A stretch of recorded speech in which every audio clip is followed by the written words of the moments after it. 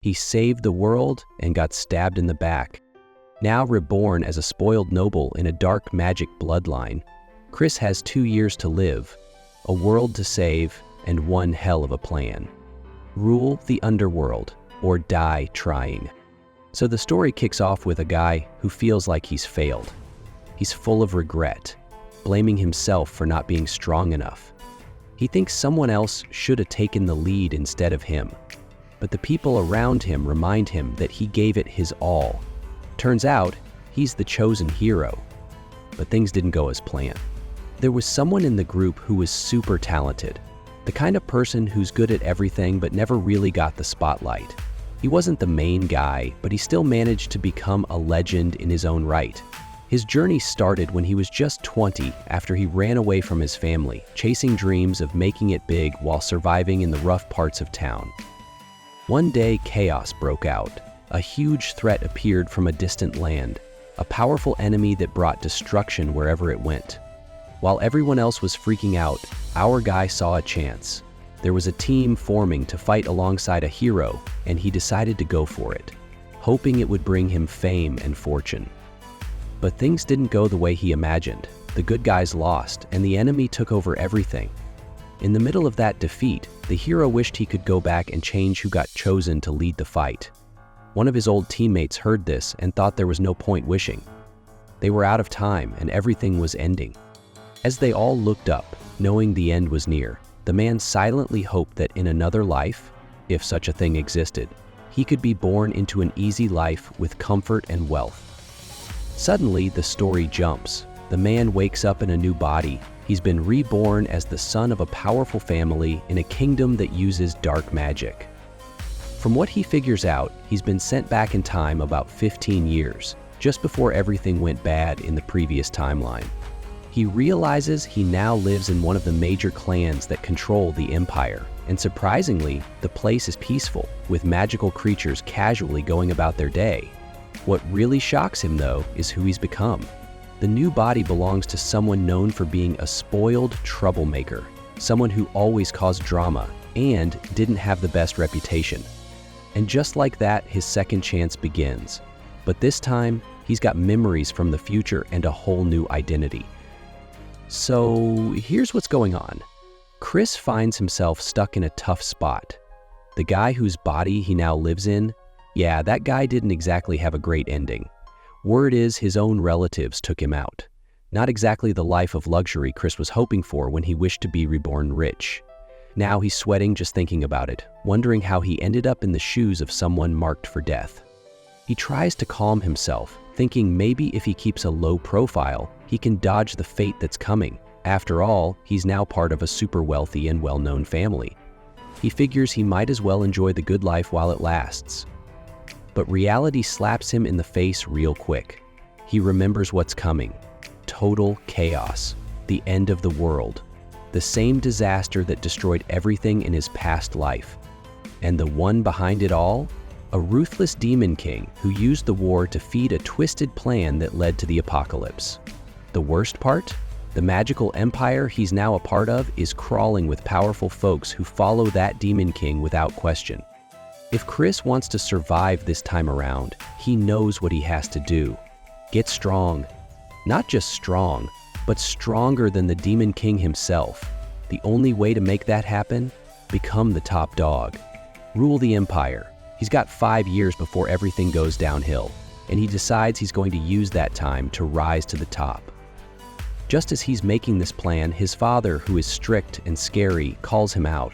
Chris had apparently done something wild not too long ago, and his dad is furious he dared to show his face. If he messes up again, it's game over. But Chris knows he needs to start changing people's views of him if he wants to pull off his plan. He puts on his most serious attitude, admits all his past mistakes, and says he wants to make things right. His dad doesn't buy it. He's heard it all before. And honestly, Chris doesn't even remember what his past self did since he only woke up in this body 3 days ago. Still, Chris insists he's changed, and he asks to be sent to a place called the Punishment Cave. It's basically a prison for powerful people, designed to break them mentally by cutting off all their senses. A few days there is tough. but Chris wants to stay an entire month. The cave is awful, but it's the perfect place for him to disappear from everyone's eyes and plan his next move without distractions. His dad is doubtful. He doesn't think Chris can even last one day in there, but agrees to give him a final chance.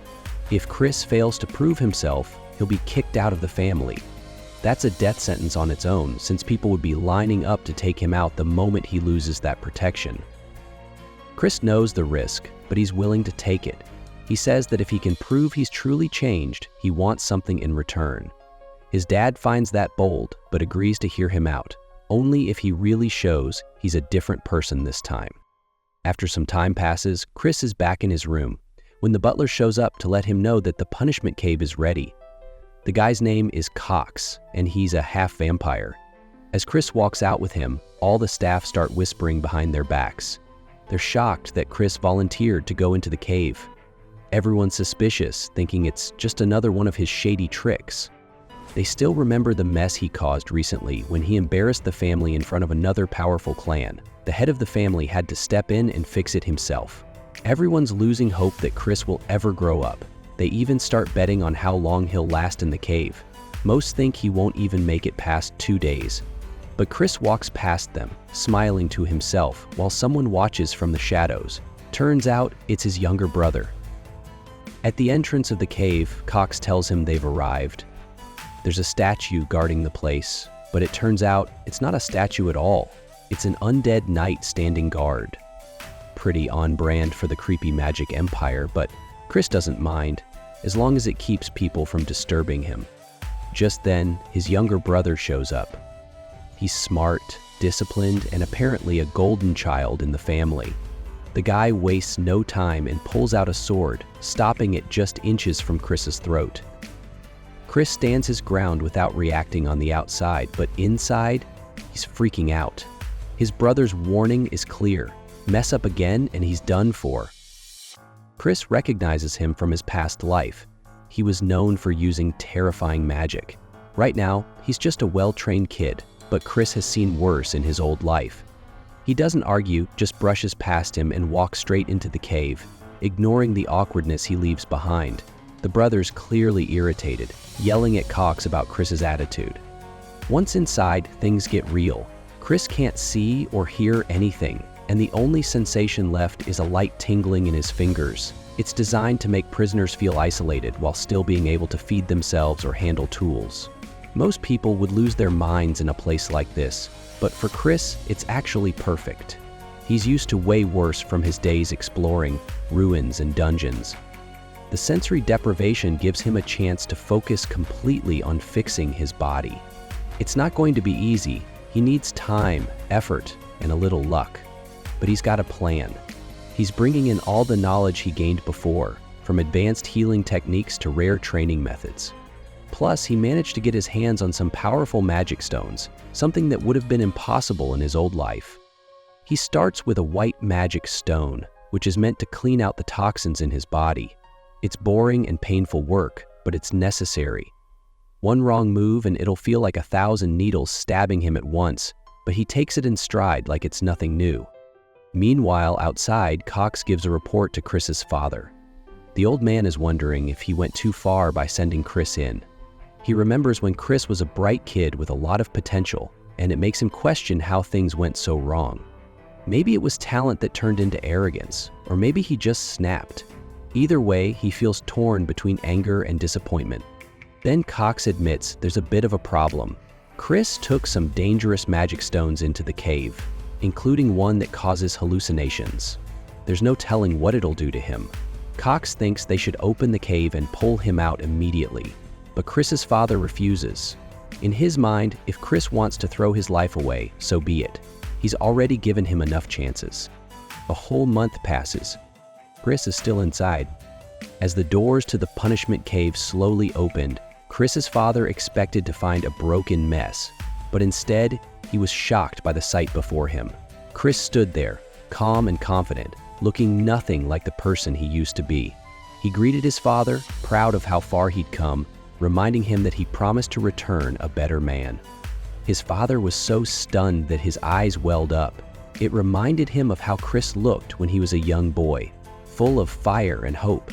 But he quickly pushed those emotions aside, warning Chris not to get cocky just because he made it through one challenge. He still didn't trust him fully. Chris took that as motivation, saying he'd just work harder to earn that trust. What his father didn't know was that Chris didn't just survive in that cave, he thrived. He'd been so focused on rebuilding himself that he never even had time to feel bored. His main goal was to craft the perfect body for swordsmanship, and thanks to the tools he brought with him, he was able to do just that. The white energy stone helped bring his body to life in ways he didn't think were possible. Every part of him felt renewed. And then there was the hallucination stone. Though risky, it turned out to be a huge help. The strange visions it caused actually pushed his training even further, allowing him to make massive progress in a short amount of time. Chris even went beyond that. He managed to develop not one, but 2 energy centers inside his body. To keep one of them hidden, he used one power to mask the other, knowing that if word got out, the magical world would go wild. But his father still played it cool, not wanting to show that he was impressed. What surprised Chris the most was how one of the stones acted weird during his stay. It felt like someone had tampered with it, trying to mess with his head and make him lose control. But instead of falling apart, he used it to take his abilities to the next level. He embraced the chaos and turned it into strength. Now that he had proven himself, Chris asked for a reward.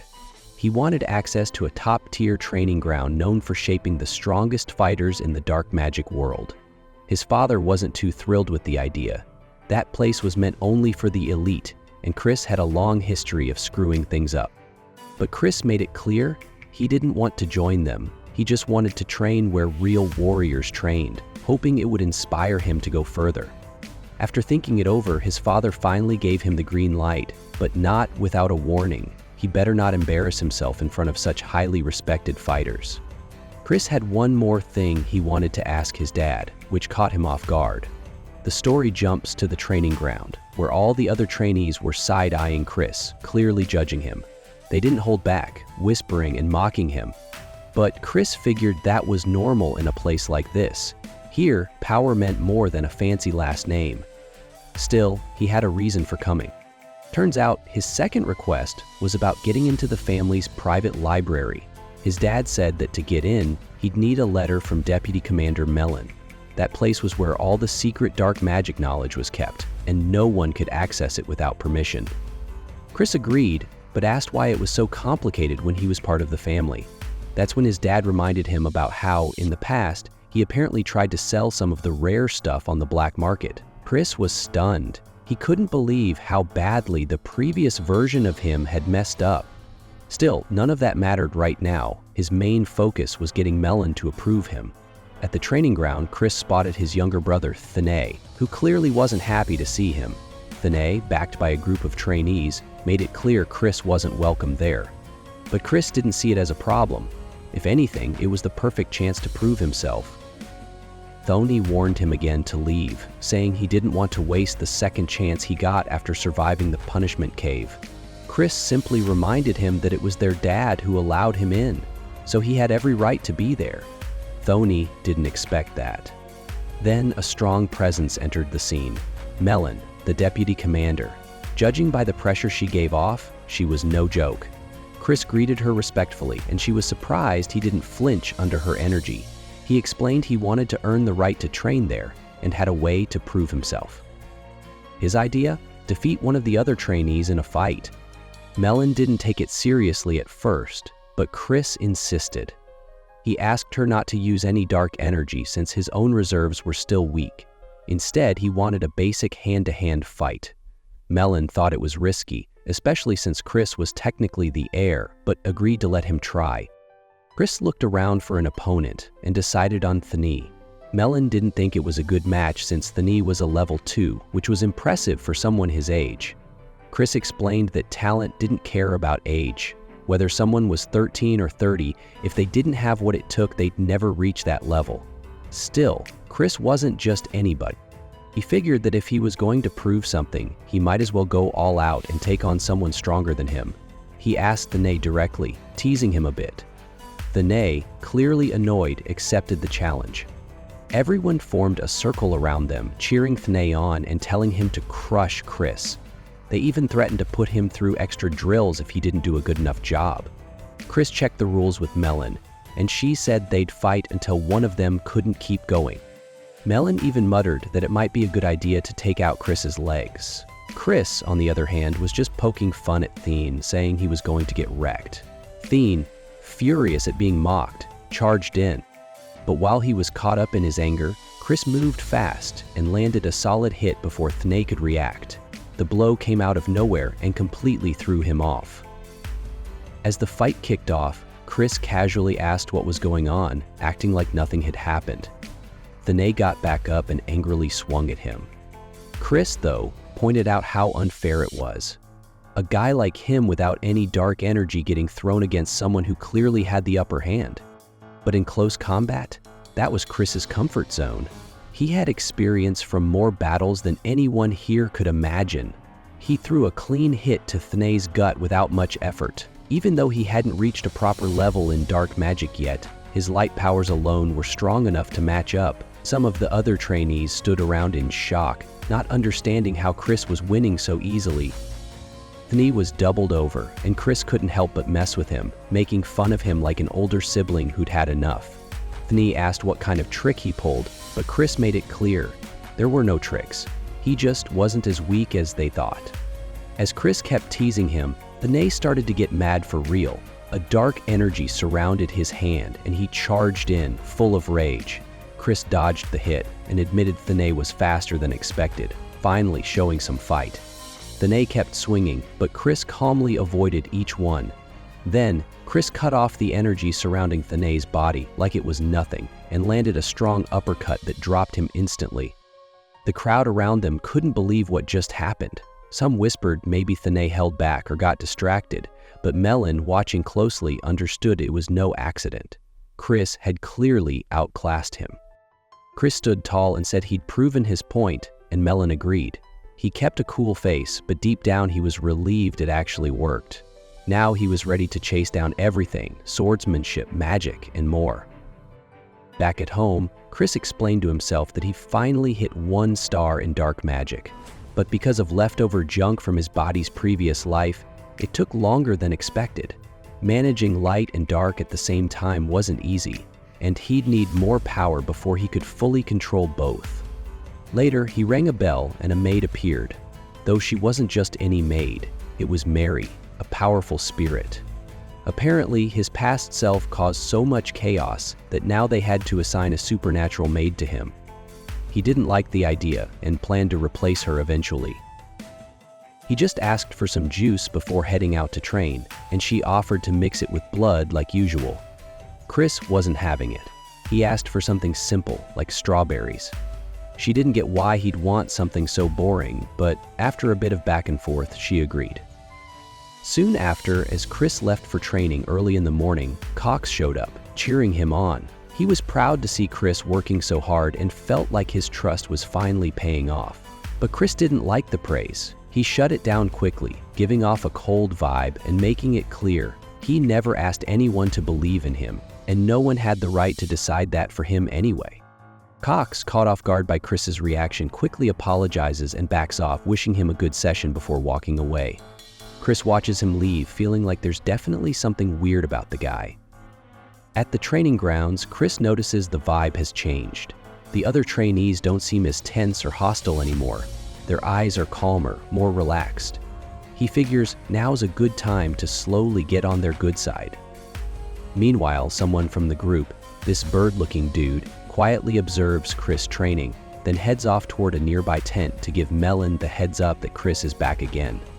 Melon, hearing this, starts wondering what Chris is really up to. That duel from before is still stuck in her head. Thorn had solid technique, but Chris somehow managed to shut down his dark energy at just the right moment. She wonders if he could actually read the flow of a fight. If that's true, then maybe, just maybe, he's got the kind of talent that could surpass even someone like Esha de Baron, the main family's top dog. But she quickly brushes off the thought. After all, Chris used to be a total mess, and there's no way he can make up for all that wasted potential. Suddenly, a ruckus breaks out outside. Melon heads out to check it and hears from one of the guys that Chris apparently got into it with a squire. The others are buzzing, confused how Chris even held his own, especially since the guy he clashed with, Cannon, is a 1-star fighter. They start guessing maybe Chris hit that rank too. Chris, as bold as ever, starts calling out the knights, mocking their reputation. He challenges anyone else to step up if they're not cowards. That ticks people off, and eventually, a knight named Torin steps forward. Chris smirks, knowing they walked right into his trap. As the fight begins, Chris encourages Torin to come at him, and when Torin charges in, Chris begins studying his movements closely. He watches the way Torin swings, how he moves his feet, and quickly realizes this must be that unique swamp-style swordplay he's heard whispers about. So he starts copying it mid-fight. Before long, he lands a clean hit to Torin's face, knocking him to the ground and sending his weapon flying. Melon, watching, is clearly shocked. Chris, on the other hand, is thrilled he managed to replicate the technique on the spot. With Torin laid out flat, Chris sits on top of him, looking more amused than anything. Everyone around them is stunned. They can't believe how Chris managed to get this strong when his core had supposedly been ruined. Melon, seeing all this, realizes her instincts might have been right after all. Chris stands up and keeps trash-talking, saying he expected better from the knights. He even blames Melon for their weak performance. The others whisper nervously, unsure if he's gone too far insulting someone like her. Melon stays calm but lets him know he's getting out of line. She picks up a sword and swings hard. Not at him, but close enough to crack the ground right beside him, sending dust flying everywhere. Then she lets out a wave of deep purple energy and warns that it would only take her a second to shut him down completely. Chris challenges Melon, setting some ground rules for their fight. Nothing too crazy, just using basic dark energy and simple wooden weapons. Melon switches to a wooden sword without complaint, confident that she can still beat him even if she only uses a fraction of her power. Chris raises the stakes, saying he's willing to bet his legs on the fight. Melon, not backing down, says he won't be walking out of there anyway. As they start sparring, Melon immediately takes the offensive. Her hits are powerful, forcing Chris to stay sharp just to block and deflect. The trainees watching are surprised he's still standing. They figure Melon's not using her usual weapons, so maybe that's why he's keeping up. Even Melon starts to feel frustrated. No matter how hard she swings, her strikes just aren't landing like she expected.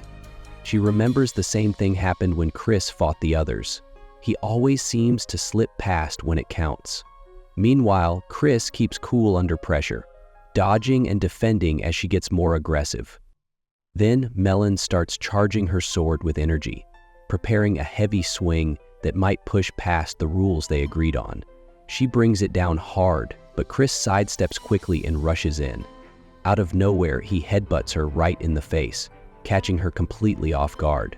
She stumbles back, shocked to see blood on her hand. Chris explains to himself that since Melon uses spells along with her sword, once her magic is held back, her physical defense isn't strong enough to deal with fast, dirty moves like that. It was a risky gamble, but it worked. He also adds that if he'd used poison on his nails during that move, she wouldn't be standing right now. Just a little warning to show he had the upper hand. Melon, now laughing, admits she underestimated him and says she'll be more serious next time. But Chris points to a scratch on her neck, making it clear that the fight is already over. She accepts her defeat and asks what he wants in return. Chris then pushes things further, stepping close and asking if she'd kneel to him one day. That request takes her by surprise. She explains that her loyalty lies with the main family of the clan, and kneeling to him isn't something she can just do. But Chris has something bold in mind. He says all of that would change if he became one of the clan's next leaders. She says it's nonsense, pointing out that only the direct bloodline has ever been given that title. Chris responds that there's no rule saying someone from a branch family can't aim for it. He then agrees to her request for a rematch, saying they'll fight again in a month, but next time, no limits. Melon accepts, saying he won't beat her again, but Chris just leaves it hanging, hinting that anything's possible.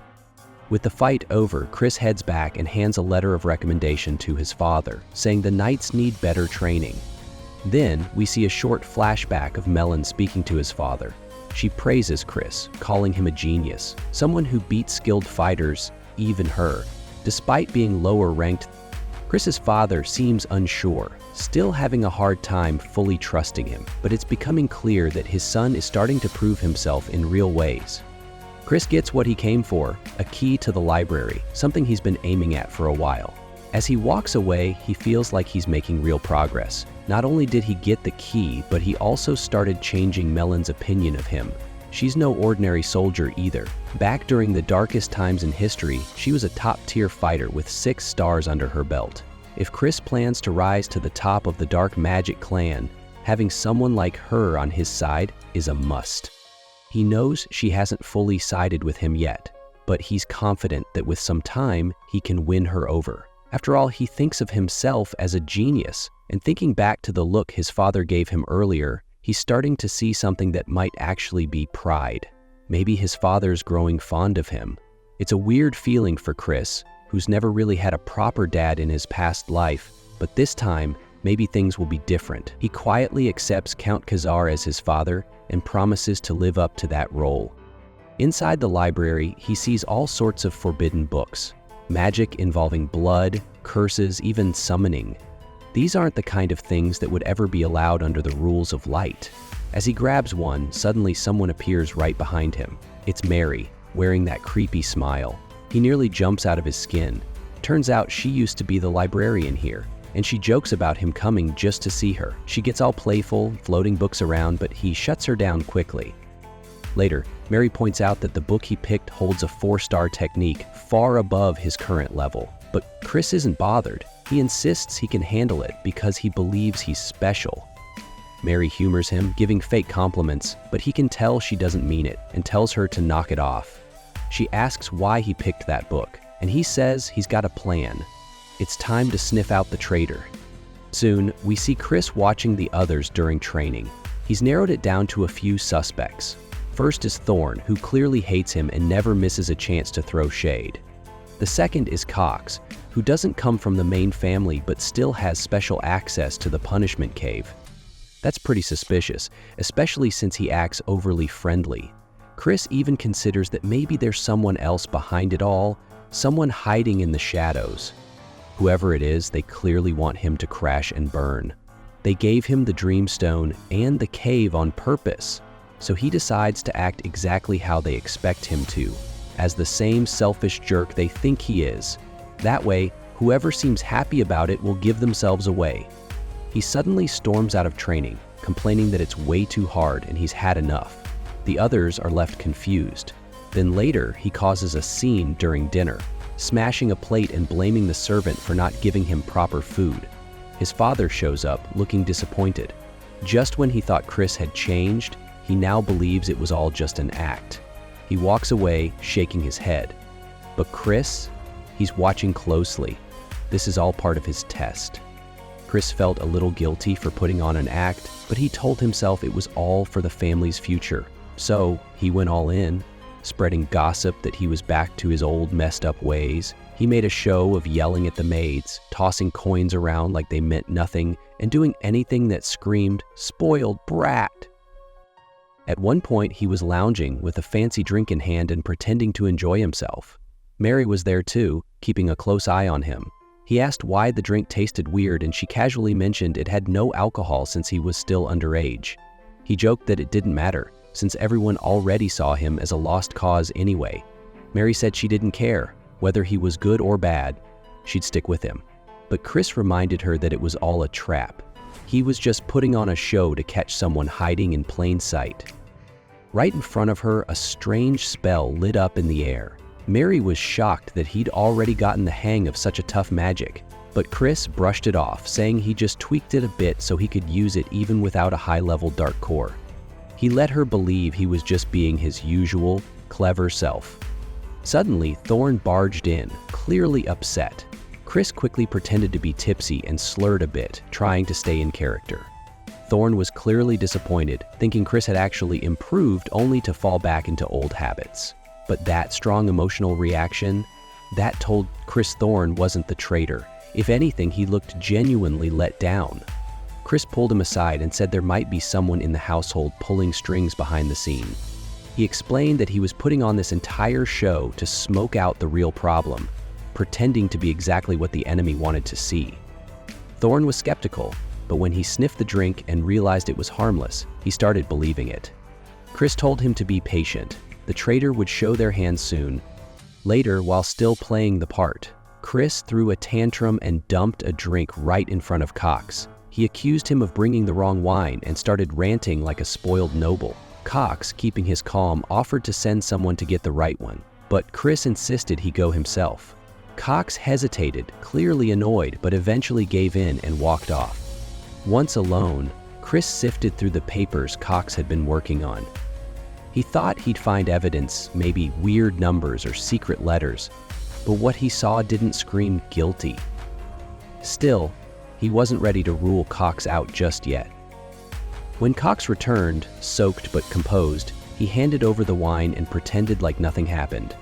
Chris played along, joking that Cox was his favorite just to keep the tension low. Cox stayed polite, then passed along a message.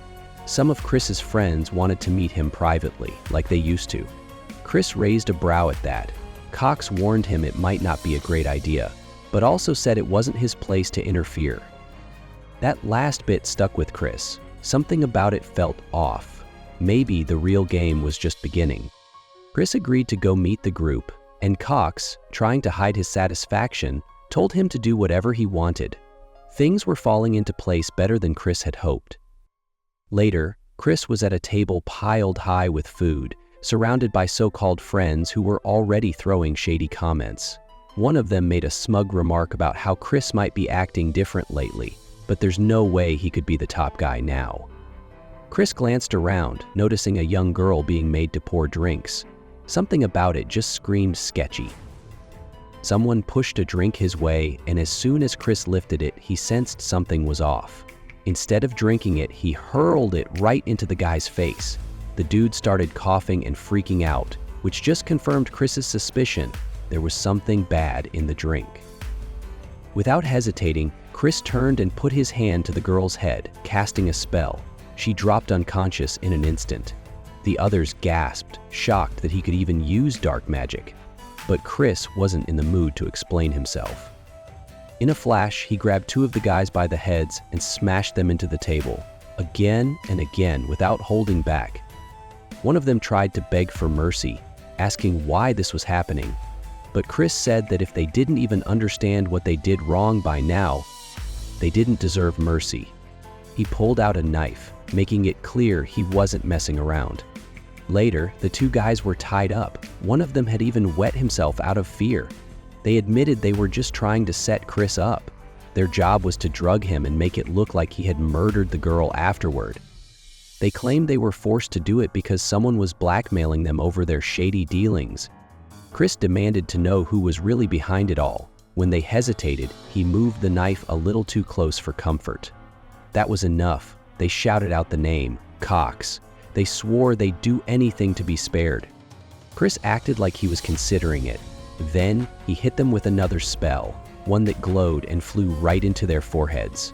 He told them to follow his instructions to the letter. A moment later, they both collapsed, knocked out cold. One of them even had foam at the mouth. Soon after, Cox rushed into Chris's father's office, putting on a show. He claimed Chris had gotten drunk and murdered someone, then dumped the body. He said this time, it wasn't something they could cover up. Chris's father didn't waste time. He called for an emergency court session and told Cox to bring Chris in immediately. Cox left with a grin, thinking everything was going perfectly. At the trial, Chris stood in front of everyone, calm and collected. He claimed he was innocent, but his father wasn't convinced, saying there were witnesses. Chris didn't argue. He just looked toward the doors. That's when the supposedly dead girl walked into the room, very much alive. Everyone looked stunned, especially the two guys who'd helped set up the trap. The girl explained that Chris had taken care of her after she passed out. He even gave her money to help with her rent. She pointed fingers at the two fake friends, saying they were the ones who tried to poison Chris. Chris's father looked confused, demanding to know what was going on. But Chris had already decided it was time to end this game. He started preparing his magic, ready to reveal everything. One of the guys admitted they had lied and that everything they said was on orders from the butler Cox. The other guy backed it up, saying Cox made them do it to get Chris into trouble. Cox immediately lost it, yelling that it was all lies and that Chris had planned this with his friends just to pin it on him. He tried to act like the victim and said Chris had gone too far with this little game. But Chris had already expected this kind of reaction. Calmly, he asked his father if he could be allowed to question Cox himself. His father was a bit confused at first, but agreed, telling Chris to go ahead, but warned that if he stepped out of line, he'd shut it down right away. Chris promised to keep it clean. Then, with full confidence, he stood tall and said that as someone who carried the authority of their magic empire, representing both his family and the powerful leaders backing him, he was going to get the truth. He looked straight at Cox and asked if he'd promised to tell only the truth. Cox, not realizing what was about to happen, said yes. Chris asked again, now invoking his imperial authority, and Cox agreed a second time. That's when the spell kicked in. A glowing mark appeared on Cox's forehead, and he suddenly clutched his head in pain. People watching realized it was a high-level spell, something that shouldn't even be possible for someone like Chris to use. Chris explained that he had tweaked it to work at a lower level, but it had a catch. The person had to make 2 oaths, and Cox just walked right into it. Cox demanded to know what Chris had done, and Chris said he'd just forced him to speak the truth. He asked again why Cox ordered people to frame him. Under the spell's power, Cox couldn't hold back. He cried out and admitted that someone had found out about his shady dealings and blackmailed him into targeting Chris. He confessed that he'd been sabotaging Chris since he was a kid. Chris called out the corruption, specifically how Cox had been stealing money over time. He demanded to know who gave the order. Cox hesitated, but Chris tightened the spell and forced it out of him. It was a powerful figure, Suresh de Baron, the second son of the main family. Cox panicked, realizing what he'd just said, and shouted that he had to escape before Suresh came for him. But Chris didn't give him that chance. He grabbed a sword from a nearby guard and without waiting, ended Cox's life right there. Everyone was stunned, especially his father. Chris explained that he had no other option. If Cox stayed alive, the main family would have buried the truth and made Cox disappear like nothing happened. This way, the truth was out, and now people would know that Suresh was behind it all. His father looked serious, then silently opened a hidden portal behind him. He told Chris to follow and walked into a secret space away from the court. It was a hidden training ground, away from prying eyes. There, his father spoke more honestly. He asked if Chris really believed that Suresh would become more dangerous because of the fight over who would inherit the family's power. He admitted that Chris made the right call, even if it felt rushed. With how things had turned out, there was no going back.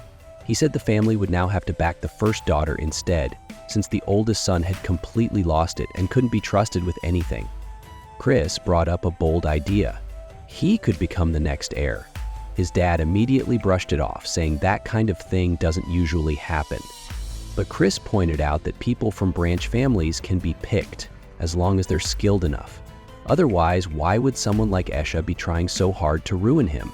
His father admitted that Chris used to be more promising than Esha as a kid, but lately he'd fallen behind. Chris said he'd catch up quickly, he just needed a little help. He asked his dad to use his influence to get him into a big event happening in 2 months. It was a major test for rising talents in their world. His dad reminded him that the event had a requirement. You had to be a 2-star to even join, and Chris had just reached 1 star. Chris didn't seem worried though. He promised to level up before then and gave his dad a grin like he already had it all figured out. Some time passed and the staff around the estate started whispering. They noticed Chris was really taking things seriously. They heard rumors that the Count himself was training him, something even high-ranking knights had struggled with before. Some wondered how long Chris would last. Meanwhile, out in the field, Chris was slicing through tough materials with precision. He asked if he was using the right combo of sword techniques, and his father was surprised at how fast he picked it up. This was his first day learning it. Chris, being curious, questioned why he had to keep using the styles separately. He thought combining them would be better. Then, as a new monster appeared, he dashed forward and cut through it with a move that wasn't even meant for slicing. He explained how he combined one style with another type of energy to make it work. His dad kept a straight face, but inside he was shocked. Chris wasn't supposed to be able to do that at his level. And then Chris casually showed that even while using those advanced techniques, he could still cast spells without trouble.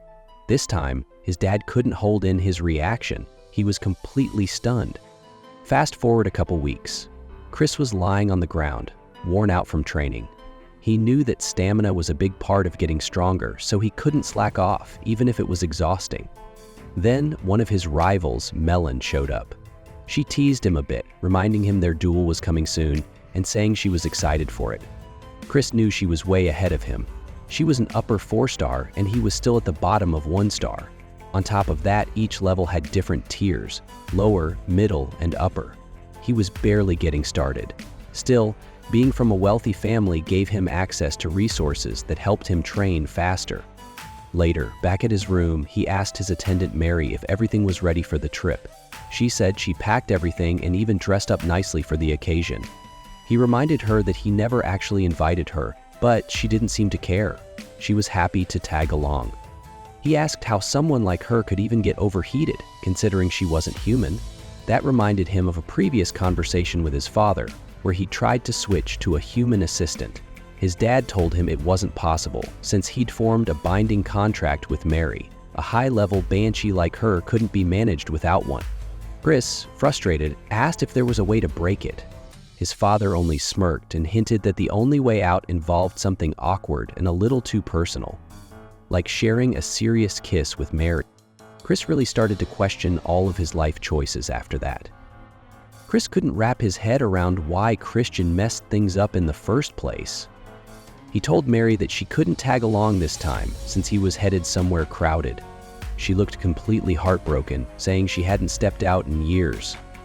Chris wasn't ready for those sad puppy eyes and, without much resistance, gave in, though he told her to stay hidden from others to avoid problems. She instantly perked up like a kid being told they're getting ice cream. When she asked where they were going, he mentioned it was a place where he could gain something useful. She guessed he was going to grab more land or chase cash, but he said no to both. As they reached the carriage, another guy, Thorn, was already waiting and grumbling about Chris being late. Thorn claimed he was there to keep Chris in check in case he caused another mess. Chris waved him off, saying he wasn't doing anything wild, just heading to do something that's been in their bloodline for generations. Thorn decided to stick with him, probably more worried about him causing embarrassment than anything else. Chris joked about Thorn being too innocent for this kind of place, and Thorn got annoyed, saying he could handle it just fine. Eventually, they pulled up to a massive building that looked more like a palace than a business spot. Even Mary, who'd seen some strange stuff in her time, was starstruck. Thorn had no idea buildings like that even existed. Chris handed Thorn a mask and told him to act natural, while reminding Mary to stay invisible for safety. Chris whispered something to Mary, probably some task, and she vanished, leaving Thorn confused. Chris didn't bother explaining and dragged him inside. As they walked past rows of tables, a bunch of regulars turned to look. Some folks were murmuring, surprised to see two young guys walking in so confidently. Chris challenged Thorn to a 1-hour competition. Who could earn more in that time? The loser had to use a ridiculous title for the winner. Thorn hesitated for a second, but took the bet, snatching some coins to get started. Before long, Chris had already pulled a win at one of the tables. The folks watching complimented him on his skills. Chris knew the game, though. He explained to himself that these places often let newbies win a bit to get them overconfident. That way, when they go all in, the house takes everything. Thorn, of course, didn't know any of that. He got drawn into a losing streak while thinking he was in control.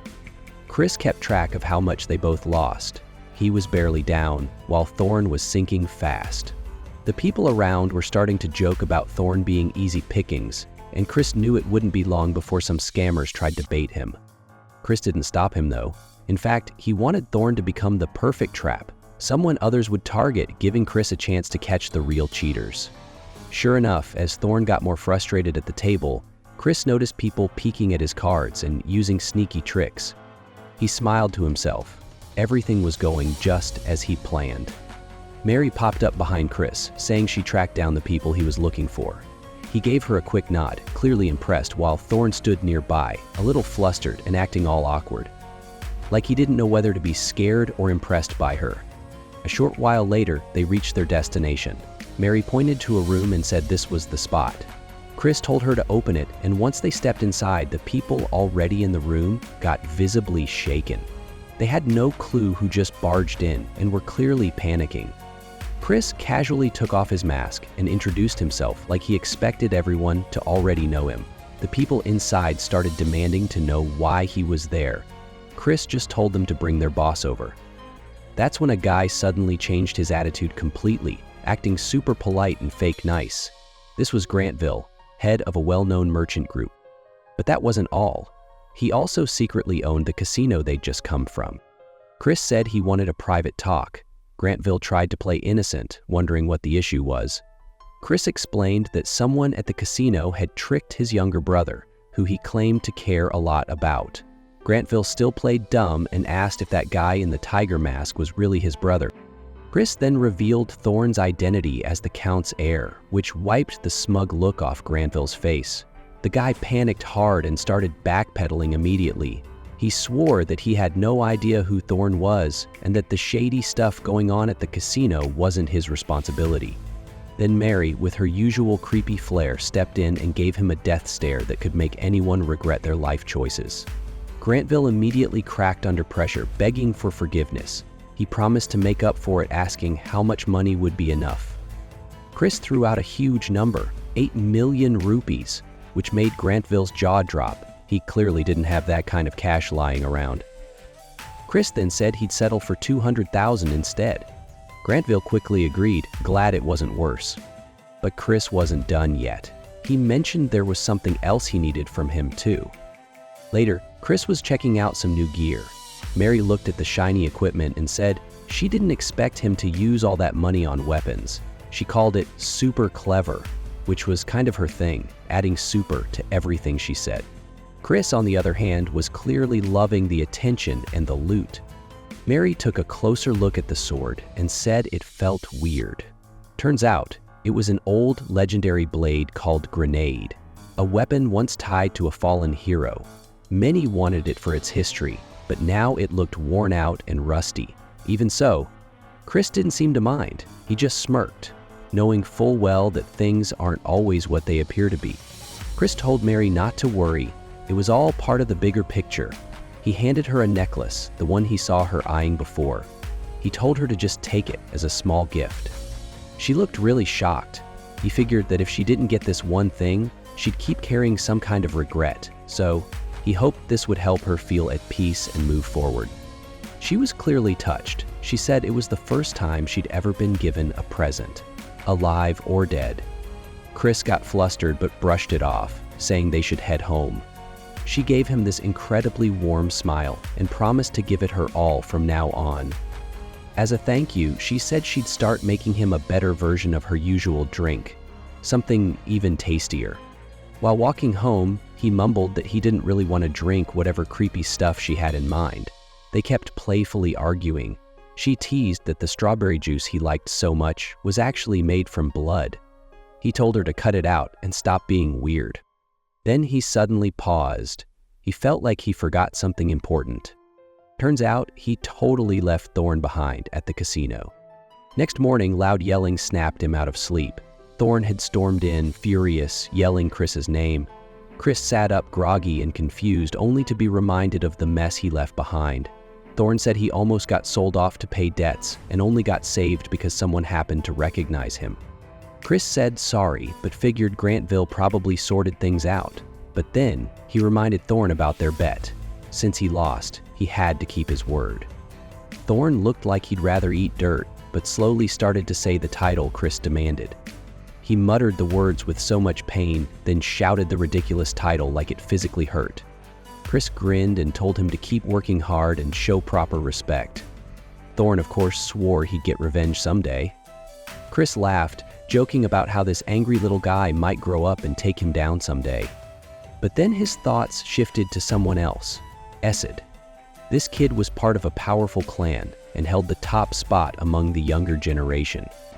Chris didn't have any emotional ties to him, but if he wanted to rise through the ranks and become a real leader, a clash with Esed was unavoidable. He swore to settle the score personally one day. But first he needed support, especially from someone like Melon. As he knelt with the holy sword beside him, he looked down at it thoughtfully. The blade, called Grenade, was once sought after by many, but over time it was tossed aside like some relic, mostly because no one could properly wield it. Chris wondered if it would react differently to him. He reached out and grabbed its handle, but in a flash the blade shot out a surge of sacred energy, throwing his hand back. He looked down at his hand, burned slightly from the blast, and sighed. Honestly, this wasn't unexpected. It only confirmed how serious this power really was. Chris was in the middle of some serious sword training. He kept smashing different hammers onto this mysterious weapon, which sparked back with energy every time. Slowly, the hammers were breaking one by one, but Chris didn't stop. He just kept going like he was trying to force it into submission. Later, at a hidden training area, his dad checked in on him, asking if he was ready. Chris nodded. There was a woman standing nearby. At first, he didn't recognize her, but then it hit him. She was his aunt, someone he hadn't seen in ages. She wasn't just family, though. She was a big deal in their clan, handling secret stuff and guarding the top elders. Basically, she was the kind of person you don't mess with. Chris was surprised she had shown up. His dad said it was about some guy named Cox and that she found the whole situation a bit amusing. Chris figured it might be because the clan elders were stepping in over something silly, which could be both good and bad news. Maybe it was a chance to get on their good side. His aunt wasn't convinced, though. She thought he was being reckless, especially since he was planning to fight someone way out of his league. She even told him to back out of the match. But Chris wasn't the type to back down. He had something up his sleeve, a special sword. When he showed it to her, she freaked out a bit. That sword wasn't normal. It was sacred and known to be untamable. Even the top elder had failed to control it. She warned him that trying to use it could literally destroy him. But Chris just calmly handed it over. The moment she touched it, the sword zapped her and she quickly dropped it. Shocked, she asked how he was managing to hold it without being harmed. Chris just grinned and told her it was his secret. One thing was clear. He was the only one able to use that sword. His dad was clearly impressed, while somewhere nearby, the opponent he was going to fight, someone powerful, watched with amusement. She didn't care about the sword and was confident that Chris wouldn't survive the day anyway. Then the match began. Chris's opponent came flying in, attacking with crazy speed and strength. He blocked it, but even he admitted she was on a whole different level. Still, something strange happened. Each time their weapons clashed, the sacred sword he held started to push back against her dark energy. His dad and aunt were shocked. Not only was Chris holding his ground, but it looked like the sword was fighting alongside him. They noticed his hand was glowing with a strange light, a mix of the sword's power and his own energy. It wasn't just brute force. Chris was doing something no one else had ever managed, and that might just be his key to winning. Chris launched a strong counterattack, and his opponent had to block it quickly. His father noticed how powerful the strike was, but also saw that Chris's dark energy was acting a bit unstable. His aunt, however, figured out what was really going on. Chris wasn't losing control. He was actually guiding his dark energy just right for a moment so that the sacred weapon wouldn't push back against him. His opponent stepped back, keeping some distance. Chris was clearly enjoying the fight and staying sharp. She started to suspect that he might be reading her actions before she even moved. Turns out, he had been paying close attention to how she fought. He could tell what move was coming just by watching the way her body prepared to strike. Even the best fighters follow certain patterns, and he was picking up on them. But she wasn't done yet. She released a strange energy from her hand, one that wrapped around Chris like a trap. She reminded him of a key detail. Her group doesn't just fight with swords, they also use magic. Chris was almost caught off guard, but a blast of energy from his side blew the spell away. He had been carrying a hidden item that protected him from stuff like that, one he definitely wasn't supposed to have. He casually admitted that he borrowed it from a hidden stash. Chris then pulled out something else and tossed it at his opponent. It exploded on impact. She dodged, but he threw another, this time more accurate. It also burst apart with power. Turns out he had bought those tricky tools using some stolen money. They worked better than expected. He knew she was still standing and dared her to come out. She dashed toward him, aiming for a powerful stab. Chris reacted instantly, redirecting her weapon with precision. Their blades met and the force of the impact shattered hers. Watching from the side, his dad finally understood why Chris had thrown that strange object earlier. It had weakened her gear. He couldn't help but smile, proud of his son's clever thinking. His opponent stepped forward, laughing like she was enjoying every second of this. Even though she lost her weapon, she wasn't mad. If anything, she seemed excited. Chris stayed calm, moved with minimal effort, and dodged her next strike with almost no movement. He quickly stepped behind her and placed his blade near her neck, ending the duel in one smooth motion. His dad was beaming with pride again. Chris asked if the fight was good enough. Just a little scratch on her face, proving how close the blade had gotten. She laughed, saying she couldn't calm down now, and Chris reminded her about the offer he made before the fight. He said he wouldn't force her into anything, as loyalty can't be demanded.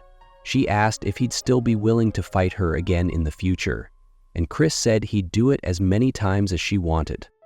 Later, his aunt was watching the sunset, reflecting on how rare it was to see someone like Chris control such powerful energy with ease. Somewhere else, a man tried to pick up the sacred weapon and dropped it right away, saying it was nearly impossible to handle. He explained that controlling dark energy perfectly during battle wasn't realistic. It would take someone either not human or completely insane to keep that kind of control. His aunt thought of Chris's confident grin and started to smile a little. Maybe, just maybe, the old dreams of their family had a chance now. Afterward, in a totally different mood, we find ourselves in a kitchen. A guy who looked like he belonged in a horror movie was calmly making desserts, slicing fruit and decorating cakes like a pro. Chris was surprised this scary-looking guy was behind the sweets. Another girl nearby confirmed that, appearances aside, his baking was top tier. Chris was there to make cookies, planning to give them to someone. The girl teased him about whether they were for a special someone. Chris tried to deny it but admitted they were technically for a girl. One of the kitchen helpers offered to do it for him, but Chris said he wanted to do it himself. It felt more meaningful that way. Before he could finish explaining, something red splattered on his cheek. In the background, a group of rowdy kitchen workers were going wild, smashing strawberries, turning the place into a battlefield of jam. Chris joked around in the kitchen, wondering if they were mixing something sketchy into the strawberry drink, making everyone laugh. Later that night, he spotted Marion about to leave on horseback. He stopped her, wanting to say goodbye properly since he heard she was heading out. Even though she figured he'd be worn out after the intense fight the day before, he seemed totally fine and even had a surprise ready for her. She was caught off guard when he handed her a box full of cookies, and her face turned red from the gesture. He said it was just his way of showing how glad he was to see her again. It flashed back to when Chris had been asking around about what kind of treats Marion liked. One of his friends had teased him for trying to impress her that hard. Back in the present, Marion took a bite of the cookies and was stunned by how good they tasted. She was impressed and asked if he made them himself. Chris told her he did, which made her feel like she needed to return the favor somehow. She asked if there was anything he wanted in exchange. Chris gave a serious answer. He said he wanted a real connection with her, not just a distant family tie. Marion quickly picked up on the deeper meaning, assuming he was asking for her support in the ongoing power struggle within their clan. She explained that she couldn't help directly since she had to remain neutral by family rules. Chris claimed it was just an honest wish to grow closer, though he joked that if she did help in secret, he wouldn't complain. She chuckled, saying that he was bold but not in a bad way, and with cookies that good, of course she'd grow fond of him. She asked for more next time, and one of their elders nearby was getting emotional just watching the warm moment. Chris joked that if she upset him, he might not be able to recreate that flavor again. Marion looked happy and, as a change of subject, asked him if he'd ever considered joining her order of elite knights. He was about to explain his thoughts when she cut him off, saying his performance in the duel had proved his skill. She warned him, though, his rivals in the leadership challenge wouldn't be easy to beat, and she didn't want him to fall short before reaching his full potential. Chris wasn't shaken. He said that if he failed to rise to the top this way, then he didn't mind risking everything. Marianne respected his conviction and admitted she believed in him, but she gave one last warning. He should be cautious around the first young lady. Others might see her as sweet, but she had her own layers, and he'd soon learn why. Marion rode off, and later that night Chris lay in bed thinking about how powerful his relatives were, even though they didn't get much recognition during the last big war. It made him wonder just how many hidden monsters the Magic Empire had, and how much stronger he'd need to get to avoid repeating the mistakes of history. Then, a month passed. Chris met up with his father, who had summoned him late at night. The moment he walked in, his dad immediately noticed something. Chris had already reached a major milestone in his power, faster than expected. His dad was shocked, but Chris brushed it off, saying it was just part of the promise he'd made. That's when his father delivered some news. Even though both Chris and another candidate had been put forward for an upcoming sacred ritual, only the other guy got approved. The clan had rejected Chris because of his past behavior, overspending, getting into trouble, and other wild stuff. And since the claims were true, there wasn't much he could argue. His dad was clearly frustrated about how they dismissed Chris' potential, but said it wasn't the clan leader who made the final call. It was a higher-up named Lohan. This person was also a strong candidate for the ritual, which involved absorbing dark energy from a dangerous source. Only the top performers would get the most power, and if someone like Lohan took it all, Chris's chances would shrink big time. Still, Chris said he'd handle things on his own. His dad offered to help, even mentioning that he'd ask Marion for support if needed, but Chris politely refused. He wanted to do this his own way. When he asked if any rivals from another noble family would be there, his dad mentioned a particularly arrogant young man who had already spoken badly about Chris, saying he only knew how to control monsters. Chris, instead of getting mad, joked about how soft his dad could be. Then he said he'd prove himself and planned to join the next monster hunt hosted by that family, using it as a way to make his name known. At the same time, in a grand hall somewhere else, Marianne reported back to a high-ranking elder that she had personally checked on Chris. The elder was skeptical, saying he remembered the boy as a loudmouth who thought too highly of himself. Marianne said he'd changed, but she wasn't sure yet if he could fulfill the elder's long-standing goal. This wish the elder had held onto was so strong that he had used forbidden magic to extend his life. He laughed at the idea of Chris being the one to make it happen, but admitted it was intriguing. Even so, he said he wouldn't step in to help Chris with the ritual approval problem. If Chris really wanted the power, he'd have to earn it himself. That was the kind of warrior the elder respected. Marion pushed gently, saying Chris was still young and deserved a fair shot to prove himself. The elder snapped at her for crossing the line and reminded her how he treated people he expected great things from.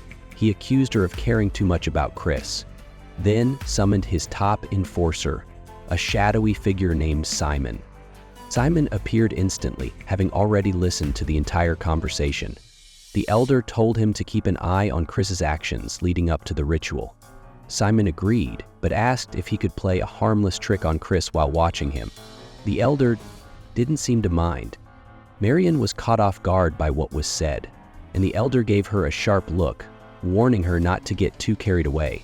Meanwhile, Simon, their creepy enforcer, chuckled darkly as he left, clearly already scheming something. Marion quietly hoped that Chris would come out of all this okay. Later, a carriage rolled into a quiet village. Inside, Chris was thinking about how fast he'd leveled up to 2 stars thanks to his natural skill. But even with all that training, his energy reserves weren't strong enough to push to the next level. He needed something powerful and fast to boost his strength. That's where the black pill hunt came in. It was hosted by a group he'd recently clashed with, so this situation was weirdly working in his favor. However, getting the black pill wasn't as easy as just capturing a wild beast. There were extra requirements he had to meet. As the carriage pulled up, someone from the village rushed over to greet Chris with a smile and a gift.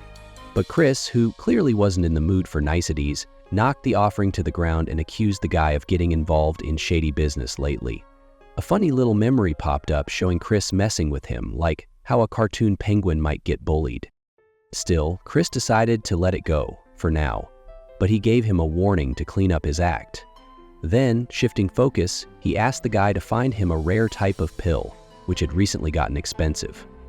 When the guy hesitated, Chris signaled to Mary, and she just laughed. Whatever she did scared the poor man so much he dropped to the ground and promised to get what was needed immediately. Chris also casually added that he wanted a weapon sharp enough to pierce armor, and then left him panicking. As they rode off, Mary asked if they were finally heading back. Chris said not yet, he had one more stop. They pulled up in front of a small, shady-looking shop, and Chris walked in and started pointing at items, saying he wanted to buy a bunch. Mary got curious and asked why he was grabbing so many weird things, especially when she spotted something questionable. She misread the situation and thought Chris had other intentions. He quickly got flustered, waving his hands and saying it wasn't what she thought. She tried to act cool but was clearly jumping to conclusions. Eventually, he explained that the items were for someone else, an older person who needed a bit of help with their energy. The shopkeeper figured it out too and agreed to keep the whole thing under wraps. Not long after, Chris met with someone he knew well. The two exchanged a few words, mostly about the upcoming hunt. The other guy clearly cared, but didn't know how to express it, brushing it off as wanting a fair fight. Their father overheard something embarrassing from earlier and asked about it, but the guy clammed up, too embarrassed to explain. Later on, we shift scenes again, this time to a noble family's estate. At the gate, a small but feisty guard stepped up, saying loud and clear that Chris was banned from entering. Chris's allies weren't having it and stepped in to defend him, shocked that someone so low-ranked was talking back without realizing who they were messing with. The small guard at the mansion gate let them know that he had orders from above.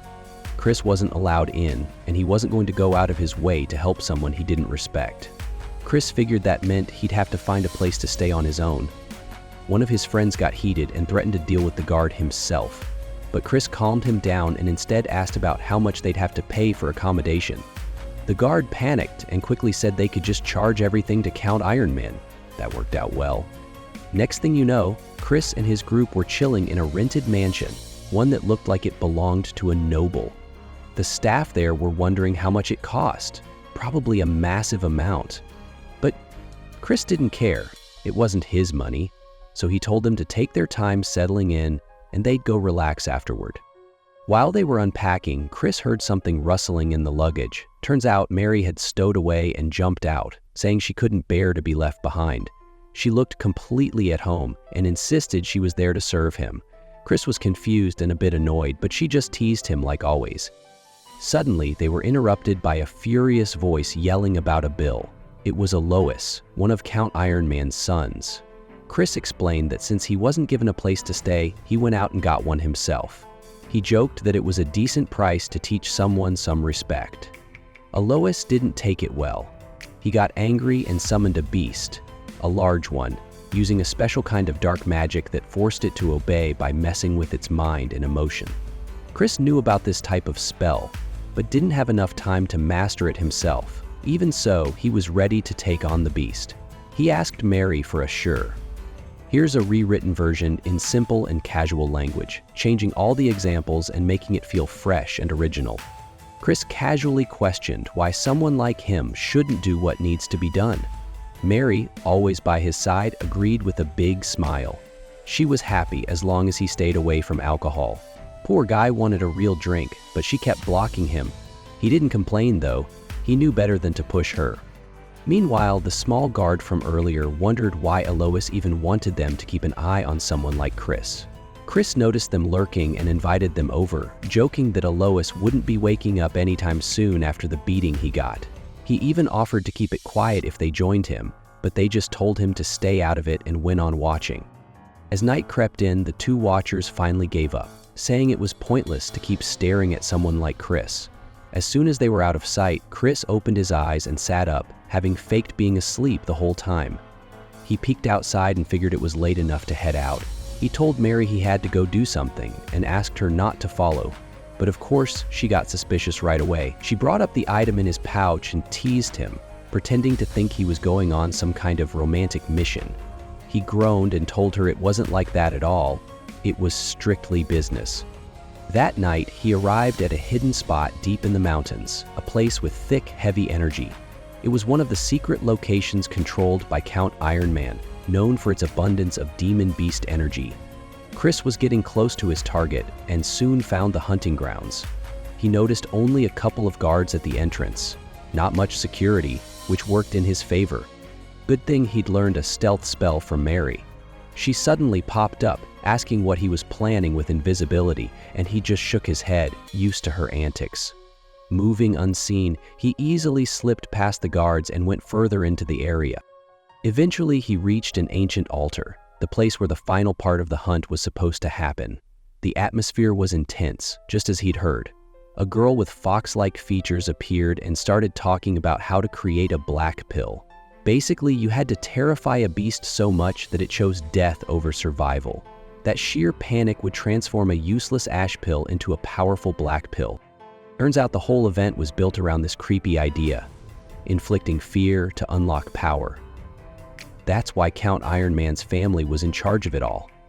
Chris listened quietly, realizing his original plan to learn their technique and use it himself wasn't going to work in time. So, he decided on a different route. He suddenly sensed a strange wave of magic and felt something wasn't right. He turned to trace the source and followed the energy deeper into the forest. Eventually, he came to a hidden cave and pulled up his hood before stepping in. As soon as he entered, a dark, menacing aura surrounded him.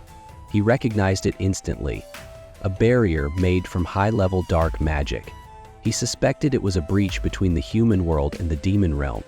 He started to think, what if he lured the beast here instead? He had exactly what he needed to do it, and the idea brought a smile to his face. As he walked off, a bat hanging from the ceiling silently observed him. That bat then transformed. It was Simon all along. He was intrigued by Chris, who had not only beaten Olois but also fooled everyone into thinking he was harmless. Sneaking into such a forbidden area showed guts, and Simon was already plotting something even nastier. Simon strolled up to the edge of the demon world, dipped his hand inside, and let it bleed. His blood spilled onto the ground, and something in the darkness responded, asking what he wished for. Simon was about to bring a demon into the mix. By the next day, the hunt was ready to begin. A flag was stabbed into the ground, marking the start, and there stood Olois with his crew, trying to look all serious and important. Chris was also there, smirking, thinking to himself how bold it was for someone who got smacked down recently to be acting so cool. Chris casually questioned why someone like him shouldn't do what needs to be done. A group was prepping for a monster hunt near an ancient altar. One guy in the group, always loud and overconfident, was talking big, but the others weren't impressed, especially one guy who carried a weapon he didn't even know how to use. Another guy, more chill but sarcastic, pointed out how useless that was and suggested he should step aside if he couldn't handle it. Soon, the leader redirected the group to get in position. Some were told to lower a heavy gate near the altar, while others were assigned guard duty. The laid-back guy was one of them. He didn't argue and went to sit by a tree, already knowing things were going to go sideways. He had brought a couple of secret items with him, something sharp and something powdery, just in case. As the group started tracking the sounds of the monster, the creature finally showed itself. It wasn't the typical scary beast. This one looked weirdly cute, like it belonged in a plushie shop, not a battlefield. But it was ranked high and definitely not to be underestimated. The leader began chanting some magic stuff to try and control the beast. The others tried slowing it down with spells, but the monster suddenly flipped out. Its eyes changed, it shrieked, and then it lunged, knocking the leader flat with one hit. Everyone around panicked as the thing showed signs of being poisonous. They tried to protect the leader, but the beast was moving too fast. Turns out, the chill guy had secretly given the beast something to mess with its mind, making it way more aggressive. He had warned the others earlier, but they didn't take him seriously. Now things were bad. As the monster aimed another attack, the chill guy jumped in, blocking it with a different weapon he'd kept hidden. He was annoyed that he had to step in when he was supposed to be taking it easy. Still, he held his ground and started using a unique spell of his own, wrapping energy around the beast and slowly locking it down. Meanwhile, the others were coughing from the lingering poison in the air, struggling to stay on their feet. The situation was rough, but thanks to the guy who'd been underestimated the whole time, things started to turn around. Chris showed skills that shocked everyone, especially Alois. Turns out, he knew how to use the same kind of magic Alois thought only his family could handle. Without much effort, Chris took control of the chains made from the magic and climbed onto the back of the monster like he'd done this kind of thing before. The beast started panicking, thrashing around, but Chris held tight. He steered it straight toward a steep drop. Alois tried to shout a warning, worried he didn't see it, but Chris had already scouted the area ahead of time and knew what he was doing. Right at the edge, Chris pulled out a special weapon he'd hidden and took the beast down in one clean strike. Its color shifted right before it dropped, almost like it had felt real fear for the first time. After the fight, the rest of the group rushed over, worried about the cave and the danger still around. But Chris just brushed it off, making jokes and giving the others a hard time for panicking. Tension started rising again as Alois got annoyed, especially since Chris had clearly tampered with some of the supplies earlier. Still, Alois calmed down and admitted that Chris had saved them. It was rare for him to show that kind of gratitude, and Chris was caught off guard. He even felt a little guilty, though not enough to stop teasing. Before they could head out, the entire place began rumbling. The air turned heavy and the ground shook. A deep pressure pushed down on them all, and everyone started to stumble. Suddenly, massive glowing eyes appeared from the darkness. A terrifying presence filled the cave. It was something far worse than the beast they just defeated. Chris recognized it instantly as a being tied to an old legend. Alois, clearly frightened, tried to get Chris to leave since he wasn't even supposed to be involved. But Chris wasn't backing down. He noticed someone hiding above them, Simon, who had been secretly watching the whole time through a magical creature. Chris quickly threw his weapon at it, cutting the connection before Simon could react. Simon, surprised, realized he'd lost his chance to teleport in and help immediately. With his trick gone, it would take him precious minutes to arrive using his fastest method. Simon wasn't evil, just messing around too long. Now, with the danger right in front of them, he hurried to fix things. Meanwhile, the demon took an interest in Chris, amused by how bold he was. It mocked him, clearly seeing him as no real threat. Chris didn't care about the demon's words, he just hated being spied on. But deep down, even he was starting to feel the pressure of what was coming. Chris looked up at the towering threat in front of him. Compared to the monsters he'd fought in ancient battles, this one wasn't the strongest, but it was definitely out of his league right now. Still, he had a few tricks up his sleeve. With a calm breath, he raised a hand to the sky and released a soft wave of magic, putting almost everyone around him into a deep sleep, including Alois' squad, who were just about to rush in blindly. Alois tried to resist, but Chris dealt with him quickly, knocking the fight right out of him and putting him down gently. He didn't want any distractions, especially when he knew what kind of enemy stood before them. The demon, amused, made an offer: surrender the others and walk away free. But Chris had no interest in deals. He never played nice with monsters like this. He pulled out the sacred blade he carried, even if it hadn't worked for him before. The demon mocked him, saying the sword was useless in his hands. Then it attacked. A burst of raw energy slammed into Chris, sending him crashing into the stone wall. The impact knocked him out cold. The demon lifted him with ease, offering a final chance to hand over the others, in exchange for his life. But Chris woke up, refusing to give in. He broke free with a move that caught the demon off guard, flipping back to the ground. As he stood, a strange energy began to gather. The broken blade in his hand started to glow, slowly fixing itself. Something deep within him had changed. The demon, now clearly unsettled, questioned how someone like him could harness the power of light. Chris didn't say much, just braced himself and let the energy build. The ground beneath him cracked slightly as a surge of power burst outward. With one final move, he sent a massive wave of glowing energy at the demon. The monster couldn't block it. It screamed as the wave hit, and its body dropped, unmoving. Chris stood, barely able to hold himself together. His strength had run dry, his vision blurred, and the world around him started to spin. He collapsed, his body giving out. In the silence that followed, a voice from the past echoed in his head. Someone praising his skill, saying he had the potential to shine brighter than those who came before him. Even if he wasn't accepted, his path was meant to change the world. As he lay there on the edge of consciousness, a mysterious figure stepped out of the shadows. A woman touched the ground beside him, intrigued by what she saw. She introduced herself as a powerful name from a distant realm, someone who had just taken interest in him. Soon after, help arrived. People with healing supplies rushed in, trying to save him. Just before everything faded to black, Chris heard her say that she'd be watching his next move closely. And then, the scene quietly shifted to a grand estate, far from the chaos, where more plans were already being set in motion. Chris slowly woke up, feeling groggy. His head was pounding, and he couldn't believe he'd just been lying there for 2 full days. It felt like a complete waste, even if his body didn't seem to be injured.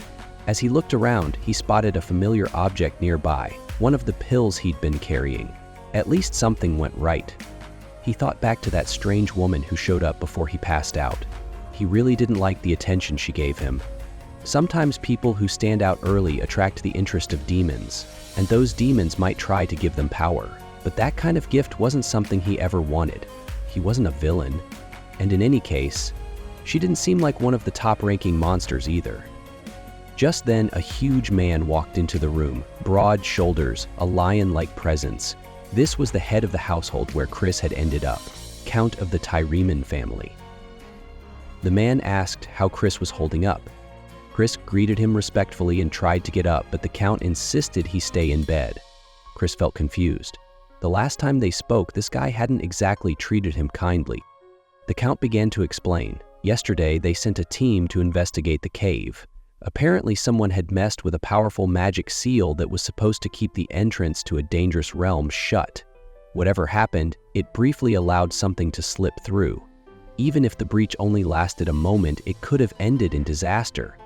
The Count believed they were lucky it ended so quickly. Chris thought about it. The idea of a reverse summon didn't really make sense, but if that's what they believed, it meant no one would question what really happened. That worked out in his favor. Then, the Count surprised him. He apologized. He admitted that he'd judged Chris based on rumors and assumptions, calling him worthless without knowing the truth. Now, after what Chris had done, he was genuinely thankful. Chris accepted the apology calmly. He said he only did what he thought was right, especially as someone connected by blood. While it stung to stretch the truth, he played along, keeping things vague. To his surprise, that seemed to really move the Count, who said that if Chris ever needed anything, he'd do what he could, as long as it wasn't unreasonable. Chris thought for a moment and made a request. He asked the Count to stop the long-standing tension between his family and another, House Khazar. Instead of acting like enemies, he hoped they could build something more positive, a rivalry with respect, where they could both improve and move forward together. Something fitting for relatives tied by heritage. Before the Count could respond, Chris added that he probably already knew what was behind the conflict. The main family didn't like it when the branch families got too close. If they worked together, it might challenge the authority of the main bloodline, so the division was likely stirred up on purpose, to keep the branches weak and divided. The Count was quiet, taking it all in. He asked if Chris was trying to spark a rebellion. Chris denied it. He wasn't aiming for anything like that. The Count was shocked that he'd thought that far ahead. After a moment, he smiled slightly and agreed. For the first time in a long while, he'd reach out to House Khazar. But instead of calling Chris by his title, he called him by name, showing a bit of respect that hadn't been there before. Chris smiled to himself, feeling confident. He was starting to see how bringing different families together one by one could build a strong alliance when things got tough. The Count gave Alois a light pat on the back, hinting that it was his turn to speak up. Clearly a little embarrassed, Alois held out a small item to Chris. It was one of the rare pills. He explained that he found it lying on the ground in the cave and decided to hold on to it since Chris hadn't woken up. Chris teased him a little, joking about how generous Alois was being. That set Alois off, barking back at him while the Count just laughed. Instead of letting Alois argue, the Count handed Chris a new item himself, a summoning crystal that could hold a powerful beast. Chris immediately recognized how rare that kind of tool was. The Count also said he'd support Chris joining an upcoming important ritual, wishing him success. Chris thanked him for both the support and the gift. As the Count and Alois left the room, Chris stayed lying down, still smiling. Then, without turning, he told someone to stop hiding. From behind a curtain, a man stepped out, his presence giving off a strong red energy. It was Simon, a butler from Chris's clan. Chris already knew someone had been hiding. He could sense the blood in the air. He recalled the name Simon, realizing this wasn't just any servant. This man used to be part of a terrifying group that didn't care who they hurt. Whether it was the light or dark side, they caused destruction for fun. Their leader was so powerful, he rose to become a high-level demon lord. Chris hadn't forgotten how dangerous they were, especially Simon, who was related to that leader by blood. Simon was impressed by what Chris had done. He knew the demon had been completely destroyed with no trace left behind, not just dismissed or sent back. He asked how Chris pulled it off, hinting that the truth needed to be shared with the higher-ups. Chris didn't feel like giving away his secrets. He said if he were the clan head, he'd prefer someone who kept their power hidden rather than someone who bragged about it. Simon seemed surprised but amused, clearly seeing potential in Chris. Chris then pointed out something important. While everyone else thought the demon vanished because of a failed summon, Simon seemed to know better. The only way he'd know it wasn't just a mistake was if he had been the one calling the demon in the first place. That kind of forbidden summoning could have led to chaos, especially if the clan found out. Simon realized Chris had figured it all out. Chris offered to stay quiet about it, but now Simon owed him. It wasn't just a favor anymore, it was leverage. Simon agreed, a bit caught off guard but respectful. He said he wouldn't forget what Chris did, and looked forward to seeing him again when Chris eventually made it to the main family's estate. Chris talks about how Simon is going to play a big role during a future disaster, so it's super important he builds some kind of bond to help change what's coming. Meanwhile, Mary finishes up getting things ready for them to head back, and Chris praises her work. Alois pops in just as Chris is about to leave, acting casual, but Chris reminds him not to forget what he promised. He has to start calling him Big Bro from now on. Alois tries to brush it off, saying he's older, but Chris presses him, asking if he had something to say. Alois gets serious and warns Chris. He says that even though they're all kind of like family, what Chris is about to do isn't something light. He should be careful. Alois mentions how the ones from the main bloodline, especially someone named Loin, aren't too happy about Chris showing up to a certain powerful event. Those with direct blood ties already have stronger magic, better training, and rare items, while people from side families like Chris are way behind. Chris just laughs it off and gives Alois some advice in return. He tells him not to get involved in the event either, hinting that it's not safe. Alois insists he's only trying to help and doesn't want Chris to hog all the energy, but Chris says it won't matter. Whoever goes against him will regret it.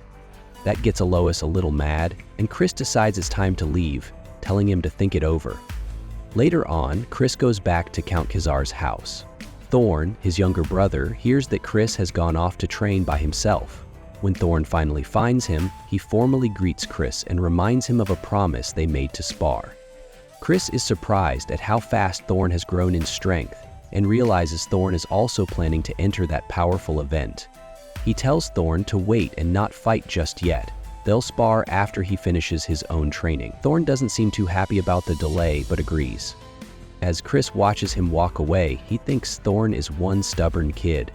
A girl nearby points out how Thorn reminds Chris of someone else, and he quietly agrees.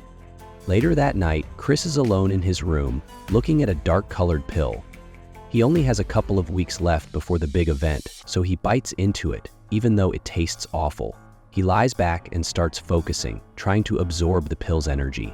The energy is wild and more chaotic than he expected.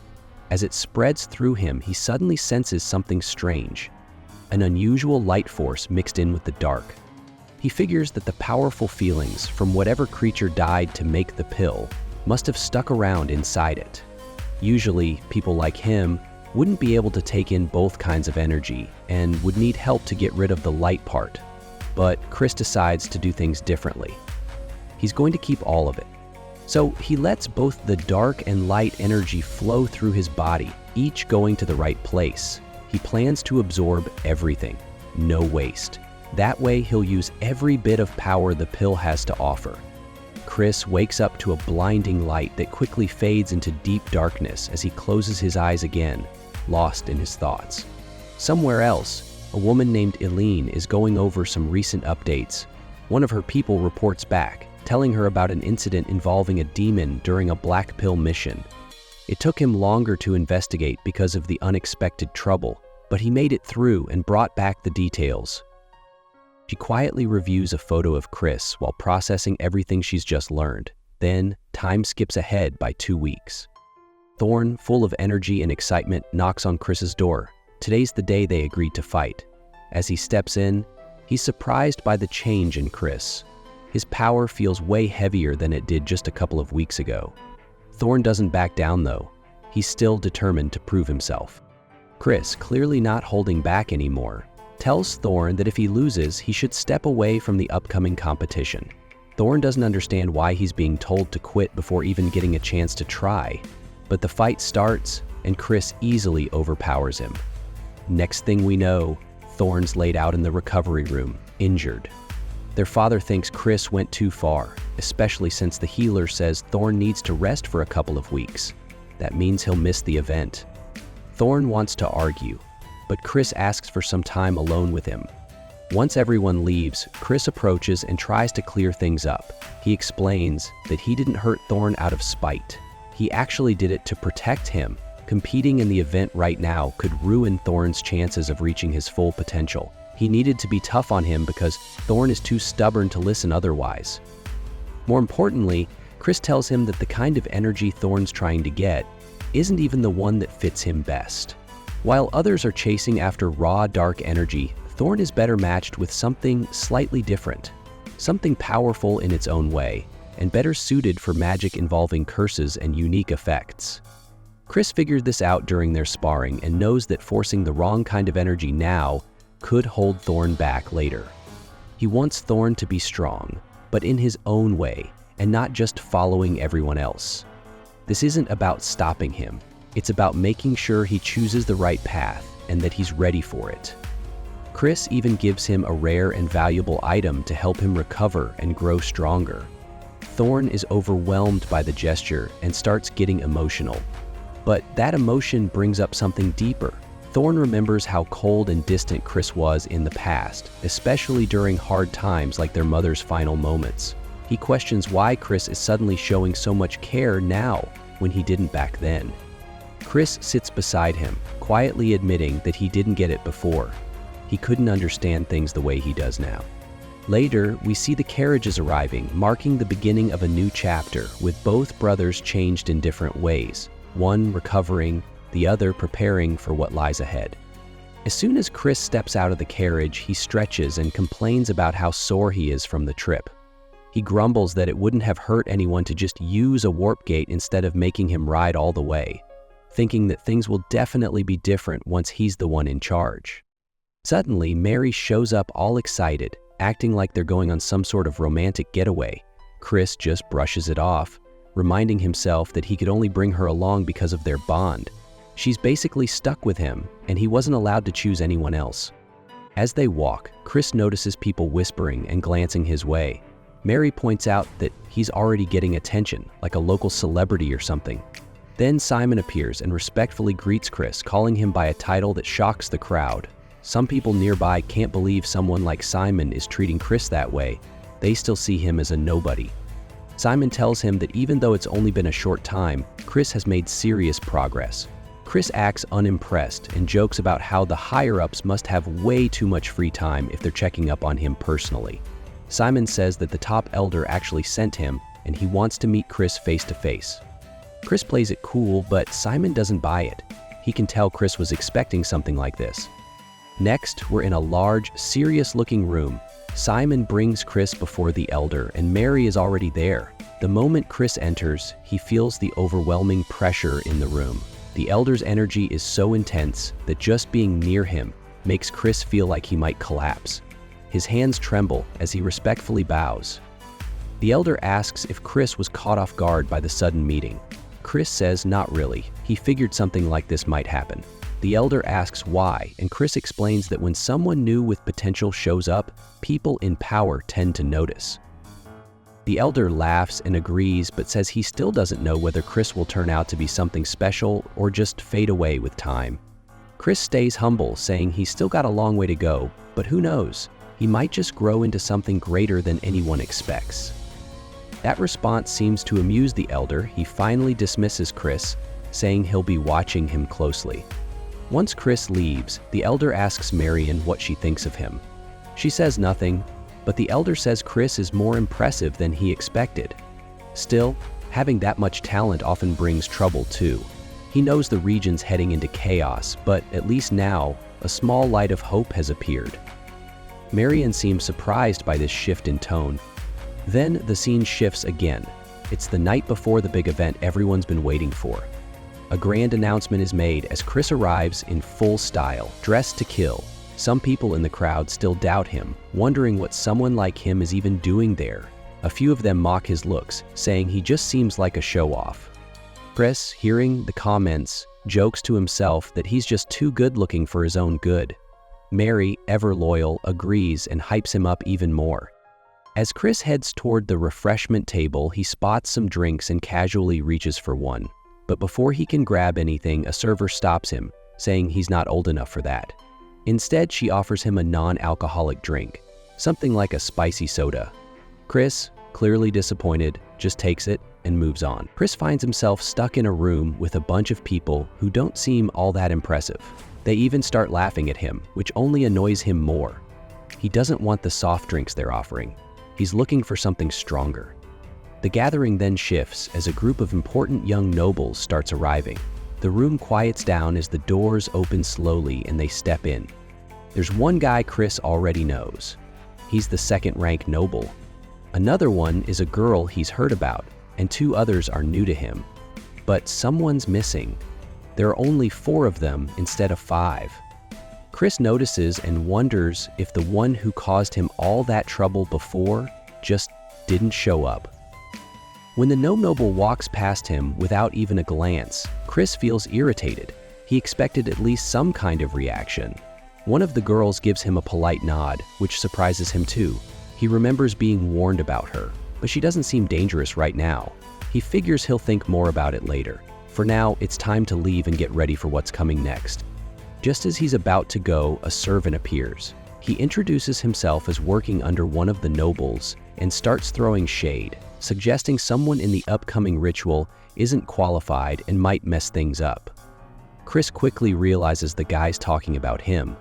The servant says he just wants proof that Chris is worthy. Chris looks up and sees the noble his servant works for watching from above, clearly full of himself. Chris shrugs it off and says he's ready for anything. The servant backs off, saying it's not the right place to fight. Chris mocks him a bit, saying he doesn't need weapons to handle someone like him. Things get tense. Suddenly, the spirits the servant summoned turn against him instead of helping him. Everyone's shocked. Chris just relaxes, enjoying the moment, while the spirits even treat him like a VIP. The guests whisper among themselves, confused how Chris took control so fast. Chris hints that this must have been planned by the noble above, but the guy denies everything. Chris doesn't buy it, but lets it slide, for now. He says they'll meet again during the ritual. The next day, Chris arrives yawning like he couldn't care less. Someone teases him for not being nervous after all that drama, but Chris brushes it off. The noble from before walks in, acting like he owns the place. Chris smirks, ready for what's next. An older man steps forward and says it's time. He's the assistant butler, and he's leading everyone to the sacred place where the ritual happens. He taps the ground, and some wild colors appear. A strange path forms below them, like something out of a dream. As they start following the old man, the path gets weird, twisting and turning, going downward like a slide. People are freaking out because they feel like they're falling underground. The path keeps moving, and some people start dropping off into the empty space below. The old man doesn't slow down, he goes even faster. More participants start falling behind.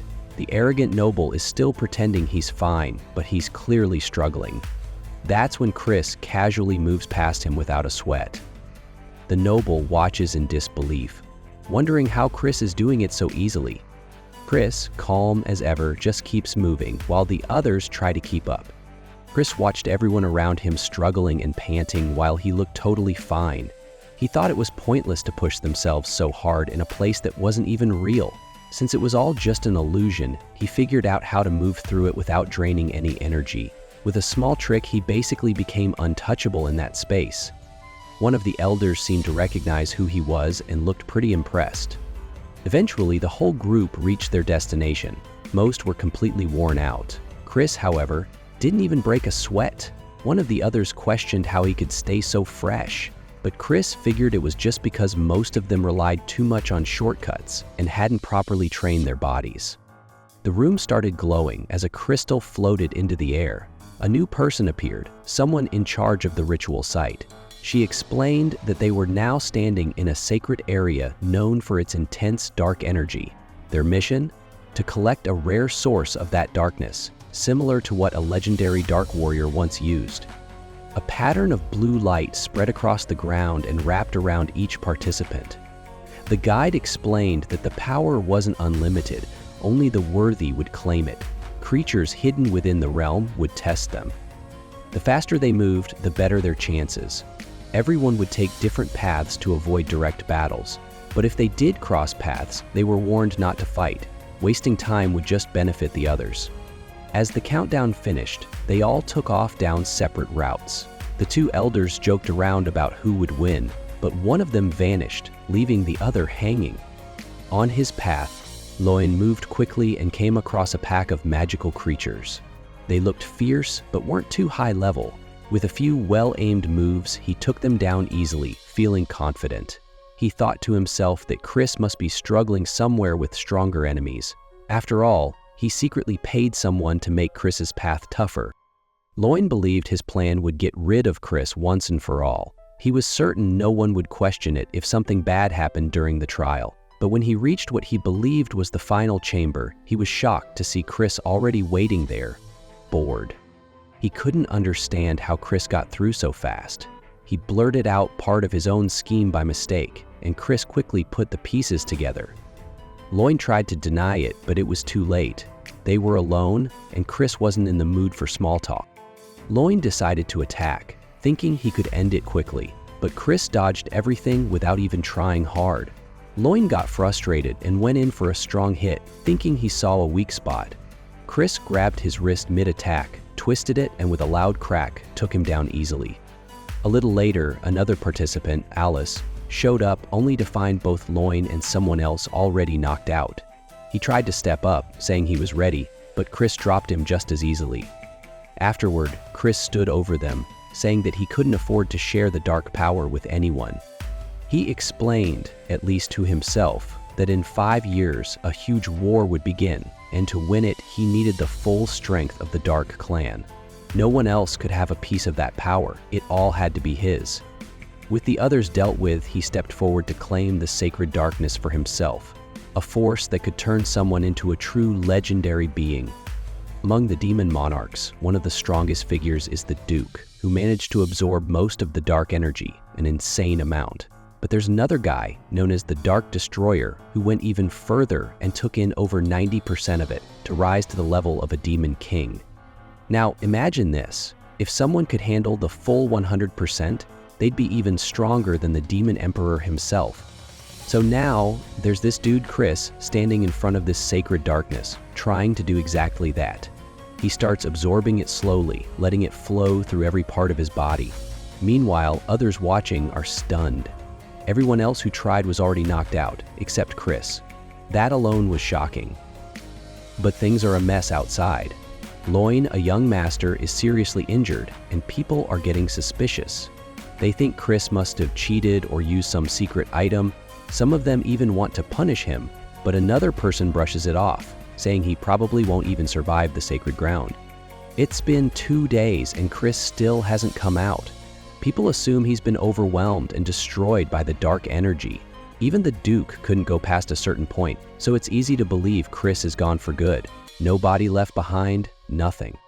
One woman, clearly angry, shuts the door behind her. She's got a personal grudge. After her dad died during a war, only she and Loin were taken in by their uncle. Her position in the clan is shaky, and with Loin failing to gain the sacred darkness, things look worse. She blames Chris for the whole mess and swears she'll get back at him. Others keep mocking Chris, thinking he's dead, saying he got what he deserved for being too ambitious. Even the girl who serves Chris is holding on to hope though. She defends him fiercely, warns the haters to back off, and says she believes her master will return. Deep down, she's just waiting, heart full of hope. Back inside, Chris is struggling big time. He's only managed to absorb about 70%, but it feels like it's choking the life out of him. He knows the hardest part will hit around 90%, and if he pushes too far, his inner core might break, killing him before he ever gets to prove himself. He suddenly remembers, dragons have strong cores, way stronger than a human's. If he could just copy that for a short time, he might survive. He tries it, and more energy flows in. But even then, his body is on the edge, and he's about to stop. Out of nowhere, he sees a woman appear in this dark subspace. She's powerful and calm. She offers to help, saying it's something demons can do in this kind of darkness. Her reason? She just felt like it. No conditions, no deals. With her help, he has a shot at taking in all of the sacred darkness. Fast forward a week. Outside, the Duke is sipping his drink, thinking Chris is probably gone. No word, no sign. Others wonder why Chris even pushed so hard, and some leaders are considering closing off the sacred ground completely. But before that happens, the Duke decides to wait just one more day, just in case. Maybe, just maybe, the reckless kid is still hanging in there. One more day to see if the impossible actually happened. In a world where dark energy flows like a river, Chad finds himself in a dire situation. His heart races, and he feels like it could burst at any moment. A demoness, who seems to be a maternal figure, urges him to take her hand and escape the impending doom.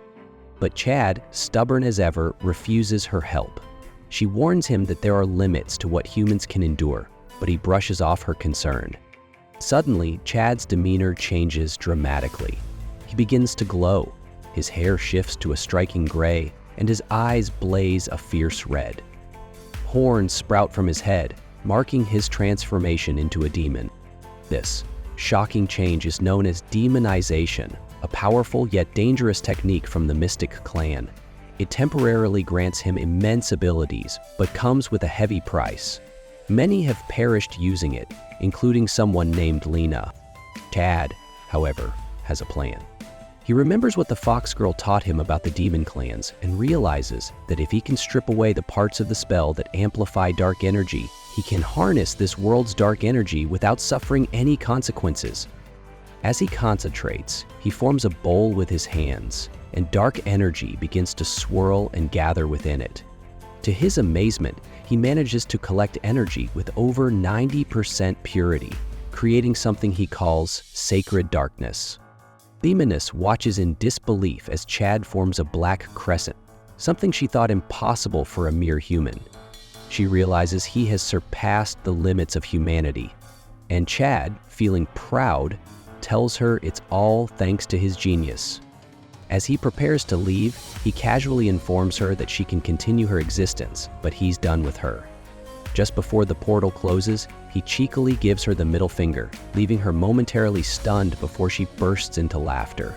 Once outside, Chad curses her under his breath, vowing he never wants to see her again. He wonders how much time has passed and figures it must be about a week. Knowing his family is likely in chaos, he decides it's time for a little mischief. Meanwhile, back at the family estate, a butler rushes into the Lord's office, announcing that Chad has returned. The room erupts in shock. Everyone is stunned that he's still alive. The acting head, a man they call Donkey, demands details. The butler explains that Chad survived but is utterly exhausted. A healer has noted that he's sensing pure dark energy, but it's all jumbled up, making it hard for him to use it effectively. Donkey curses Chad, questioning what they could expect from someone like him. Another hefty man suggests that Chad should be held accountable for this mess. With a cold expression, Donkey takes note of the situation and dismisses everyone. Once they leave, he asks one of his aides if the report about Chad is accurate. The aide confirms that Chad was seen with a healer, indicating something went wrong with his core.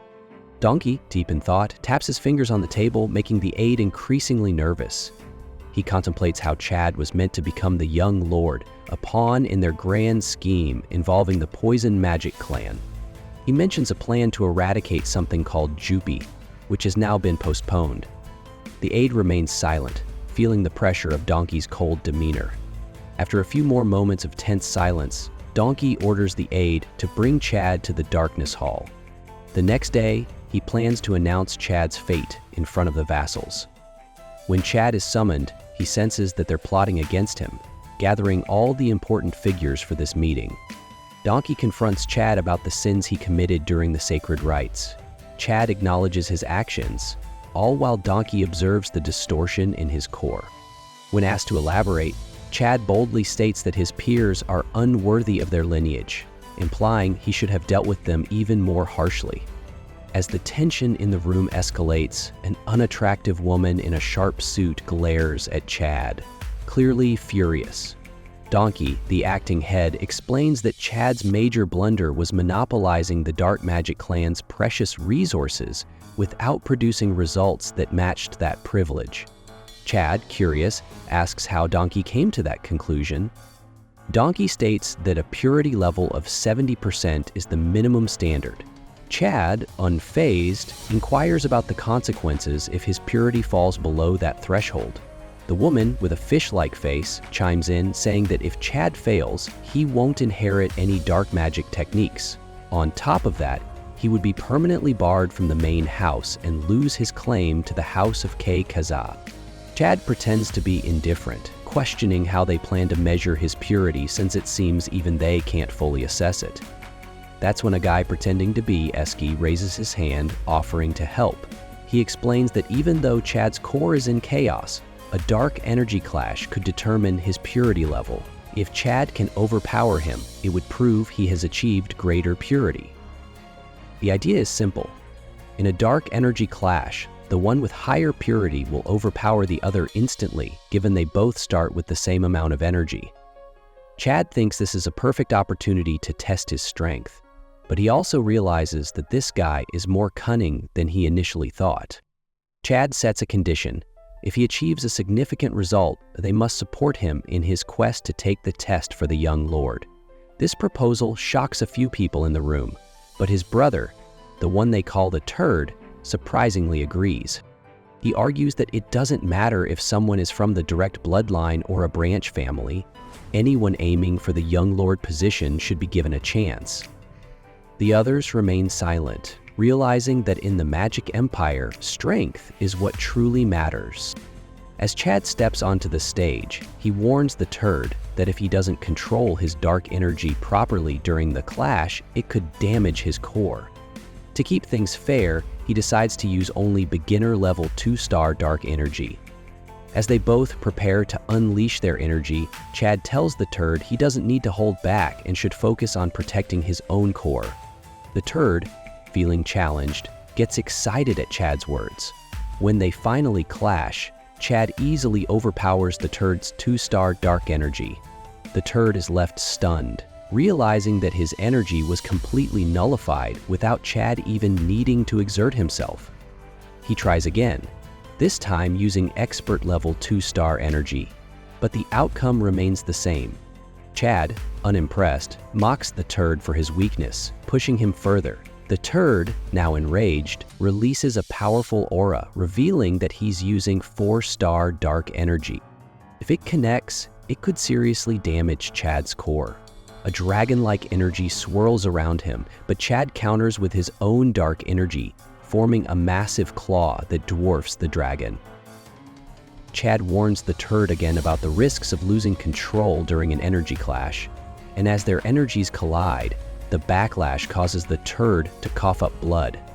Chad pulls back his energy, thinking he should have shattered the turd's core. Cleverly, he announces to everyone that he has a purity level of at least 90%. The room falls silent in shock, and Chad turns to the Lord, asserting that he now has the right to pursue the title of Young Lord. The atmosphere is thick with disbelief as everyone processes what just happened.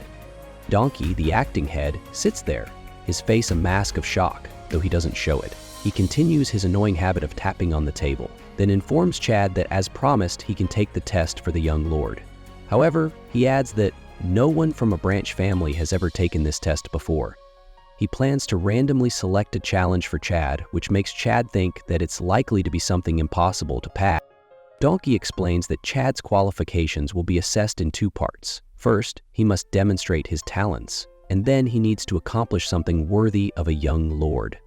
Chad asks how he's supposed to prove his talent, and Donkey sets the bar high. He must reach 3-star level within 3 months.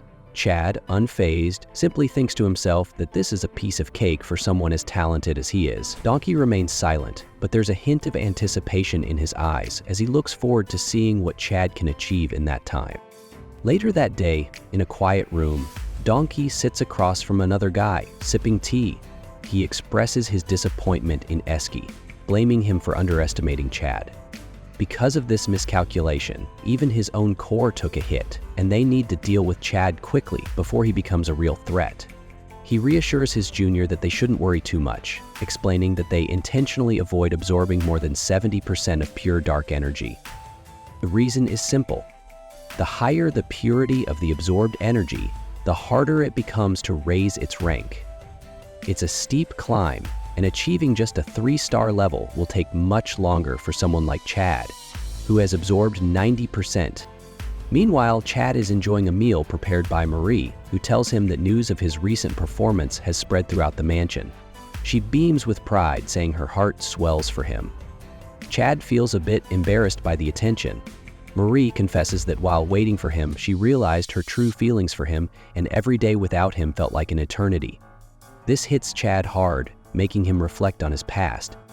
In another part of the world, the fox girl worries about Chad, while a saint reassures her that with his agility, he's unlikely to get hurt. Rania, another character, urges him to take her hand, and the fox girl admits she's genuinely worried about him. This makes her blush, especially when she remembers that even the hero was concerned about Chad. Back with Chad, he feels a wave of happiness wash over him, thinking about how he escaped a hellish existence where death seemed like the only option.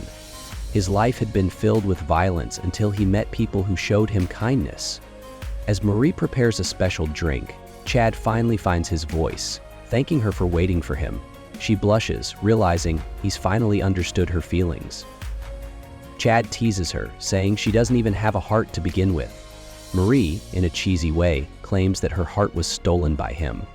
To reward her for her patience, Chad offers to take her for a walk. She gets overly excited, dressing up for the occasion. Chad can't help but admire her, thinking it's nice to relax for a bit, even though he knows he has to reach 3-star level in 3 months. He realizes it's going to be a tight squeeze, especially since he's dealing with over 90% darkness on his own, even with the help of branch family tutors. Just then, a voice interrupts his thoughts, criticizing him for wandering around and causing trouble.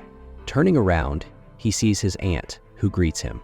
She questions whether this is the right time for him to be meandering in the garden and asks if he's found a teacher for his training. Chad jokingly asks if it's her, but she surprises him by saying it's someone else entirely. He tells Aya Marie to leave, promising to see her at dinner. As he walks down the stairs with his aunt, he expresses gratitude for her concern about his training. She warns him that he shouldn't be too thankful, explaining that he'll soon understand what he's in for. She mentions that not even one of her siblings could keep up with this teacher's training style. She emphasizes that this opportunity is rare, so he better not let it slip away. As they reach the bottom of the stairs, Chad is taken aback when he sees a kid in front of them. He wonders why someone who looks like they're 200 or 300 years old is dressed up like a child. Chris saw a small kid standing nearby and, without thinking much, gave the child a gentle pat on the head and casually asked where his parents were. But the look the kid gave him, it was cold. Serious enough to send a shiver down his spine. Something about that stare wasn't normal. That's when it finally clicked for Chris. He had just made a big mistake. His aunt quickly stepped in and told him to be more careful. This wasn't just any child. This was the reincarnation of their clan's leader. Realizing how serious this was, Chris immediately changed his tone and greeted the kid respectfully. As he took a closer look, Chris sensed a powerful aura coming from the boy, dense and dark like heavy fog. He was stunned to realize the kid had already tapped into more than 90% of the sacred dark force. That was an insane level to reach, especially at such a young age.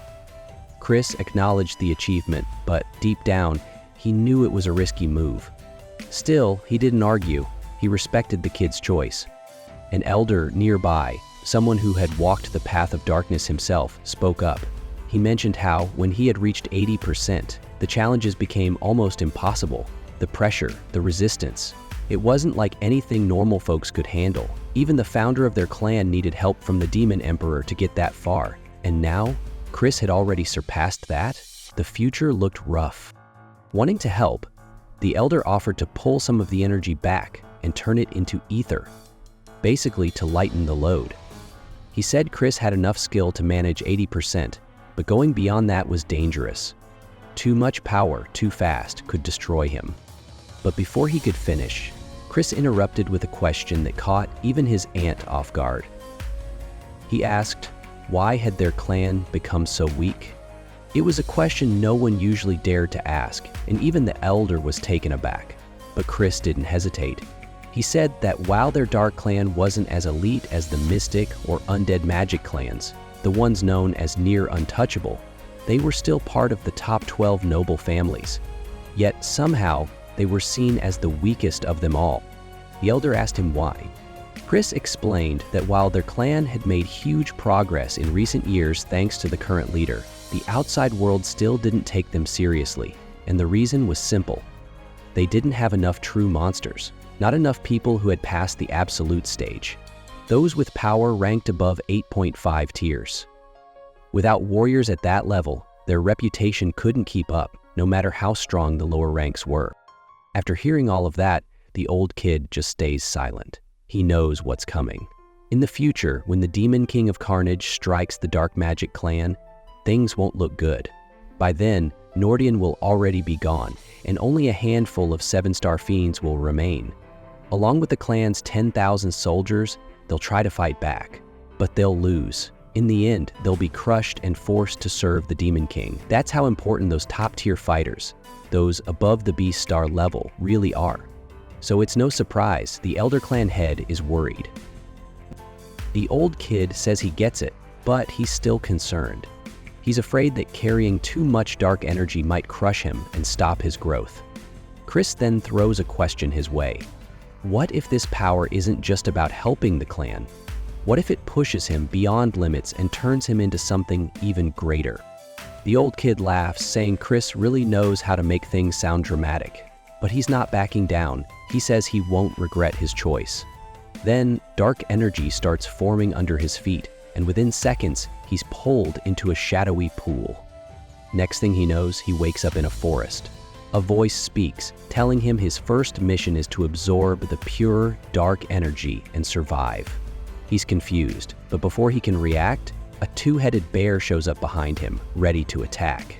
Somewhere far away, Chris's aunt is watching through a magical screen. She's shocked and asks the clan head if it's okay to throw a 2-star kid into a 4-star beast zone. The clan head doesn't respond. He just summons another monster, a rock lizard. The aunt feels bad, thinking maybe her words made things worse for Chris. The old kid, still watching from his couch, says this is how someone truly understands the nature of dark energy, by being pushed to the edge. He just hopes Chris doesn't end up badly hurt. Then he casually asks Marion if she's got the sweets ready.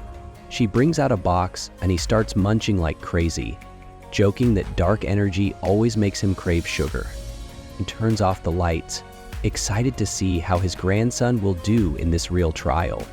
Back in the forest, Chris is now facing both the bear and the rock lizard. One wrong move and it's game over.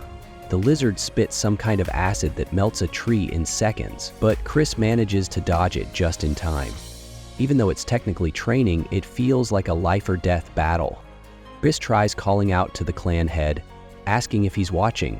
He figures there must be a reason behind all this, and maybe the message is simple. If you want answers, beat something stronger than you. His aunt watches in silence, thinking the clan head just wants to see Chris get tossed around. But Chris doesn't care. He smirks and gets ready to go all in. He's planning to finish it in one strike. Just when the beast was about to smash into Chris, something wild happened. Chad swooped in and took the hit head on. Chris watched, stunned by how quick and heavy that strike was. While dodging, he figured there had to be some trick to beating these creatures, something hidden in that glowing orb they were watching. The old man, dressed like he walked out of a fantasy book, was impressed. He mumbled to himself that Chris really moved differently from the rest, like he actually had some real talent. But Marion wasn't fully convinced. She pointed out that Chris was still just a kid in the end.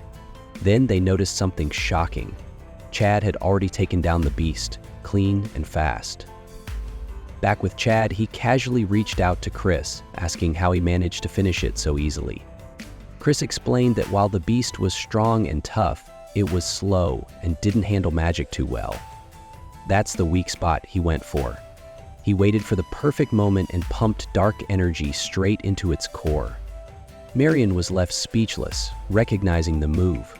But before she could say anything else, the red-hailed guy popped up and called it Dark Death, apparently one of his favorite techniques. After the bear was done, Chris barely got a second to breathe before a new creature showed up, a nasty two-headed lizard. He dodged one head's bite, but the other spat poison that almost got him. And to make things worse, the thing had 3 hearts. Unless he crushed them all at once, it'd just keep coming back. So Chris changed tactics. He shaped his dark energy into ropes and wrapped the lizard up tight, locking it down. Then he used brute force to shatter all its cores at once. Total wipeout. The redhead looked on, kinda amused, saying Chris had just pulled off a more intense version of dark destruction. Meanwhile, the old cosplayer was squinting and getting grumpy because he couldn't see what happened. He asked Marion if she was the one who trained Chris, but she denied it right away. He didn't believe it was something anyone could just pick up. Redhead, however, just shrugged and said, "Maybe learning dark magic isn't even needed anymore." The clan leader stayed quiet, probably thinking way too deeply about everything. Now that the fight was over, Chad got zapped back to the real world. With a sly grin, he admitted he had to really think it through, but it ended up being a great learning moment. He even gave a sarcastic shout out to the leader for pushing him that far. Marion and the redhead stayed silent, maybe because they were still in shock. Chad claimed he figured out how to control dark magic all by himself, giving thanks to the Lord of Darkness, or whoever helped him along the way. He reminded everyone not to get cocky, and then announced that he was ready to fully train in the dark arts. He kicked the rest of the group out so he could get serious. As they left, Marion started to worry. Maybe this whole thing was pushing Chad too hard. Before starting the dark magic transfer, Chad tossed Chris a question. What did he think dark magic was for? Chris replied, trying to sound confident, that it was all about overpowering your enemies with perfect control.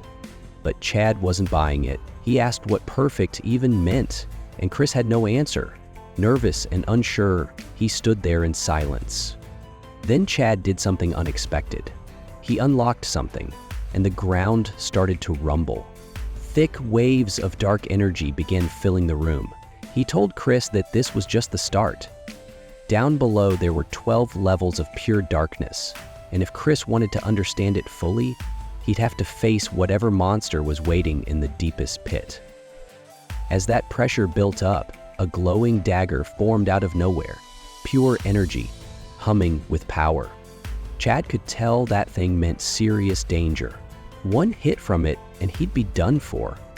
The force from the swing tore up the space behind Chris, and even breathing felt heavy. He remembered that feeling, like something had just sliced clean through his neck, even though he was still standing. That sword wasn't normal. It didn't cut just anything, only what it chose to. After showing the sword, the man didn't explain much. He just said something vague about giving Chad a month, told him to figure out the black sword on his own, then left like it was no big deal. Chad was left totally lost, not knowing where to even begin. The next day started early. Chris was running laps like usual, then doing push-ups with one hand, really trying to push himself. His body was dripping with sweat, and he imagined his muscles had finally bulked up, only to snap out of it. Just a dream. He was still the same skinny guy, pretending he was close to something big. He sat down to meditate and focused on pulling dark energy into shape. It flickered around his hands and started to form into a blade, but once again it collapsed. No matter how many times he tried, it kept falling apart. Even when he did manage to summon something, it would barely last a few seconds, and compared to the blade he saw earlier, not even close. That sword had weight, like it was born out of ancient shadows or something. He remembered the man's words, something about deep stairs and 12 abysses. Sounded cryptic, but Chris had a feeling there was a clue buried in those words. A month later, Marion and the cosplay-looking old man showed up to check on him. The old guy figured Chad must have hit a wall by now, realizing he's not cut out for it. Marion, though, couldn't help but hope there was another way. She was worried, especially with the successor test creeping up soon. The old man reminded her that rushing things wouldn't help. Real growth takes time, especially with something as unstable as dark energy. Forcing it would only backfire. But when they finally saw Chad again, both of them were speechless. Right in front of them, he brought out a black dagger. It wasn't perfect, but it was real. And he'd done it. Chad casually mentioned that he figured they'd show up soon. He even thanked the clan leader in his own way, saying that pushing through all those failures helped him move faster than expected. But the dagger didn't stick around long. It vanished after a bit. Chad admitted he was still faking it a little. He could summon it now, sure, but it felt hollow, like it was just the shell of something greater. He had spent days thinking about that weird line from before, the 12 abysses, the idea of the sword needing every kind of mana. That's when it clicked. The real black sword isn't just about dark energy. It's about balance, harmony, all elements merged into one. Hearing that, the old man nearly lost it. Chad hadn't just passed the test. He understood the whole purpose behind it. Most people spend years just learning how to summon a basic version of that sword, and understanding all 12 elements? That's something people chase for a lifetime without reaching. But somehow this skinny, stubborn kid had figured it out in a month. Somehow, Chad had pulled off the impossible in just a few weeks. What usually takes people months, maybe even years, he did like it was nothing. There was something about him, like he was walking down a cursed road, but might actually make it to the end alive.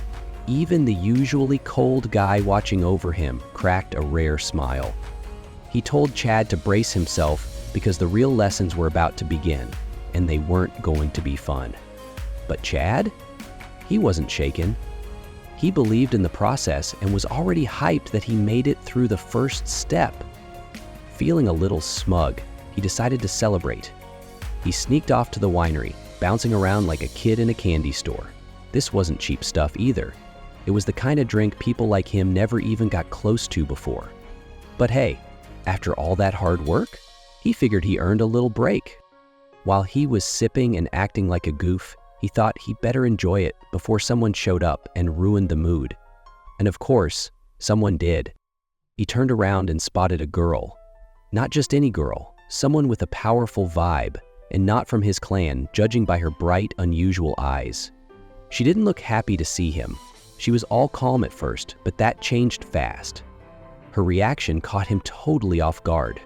Without much warning, she smacked him flat with pure mana. The force was no joke. He hit the ground hard. Her attendant tried to calm her down, saying it wasn't worth wasting energy on someone like Chad. Chris finds himself in a bit of trouble now. He might have messed something up big time. Meanwhile, Marisa storms through the hallway, clearly furious. Her expression says it all. She's boiling inside. Then we're taken back to when she was 8 years old. She's crouched outside, totally focused on a bunch of tiny bugs crawling around. Back then, all the adults ignored her. Everyone was always fussing over her brother, so she never understood why her dad even brought her into the Dark family in the first place.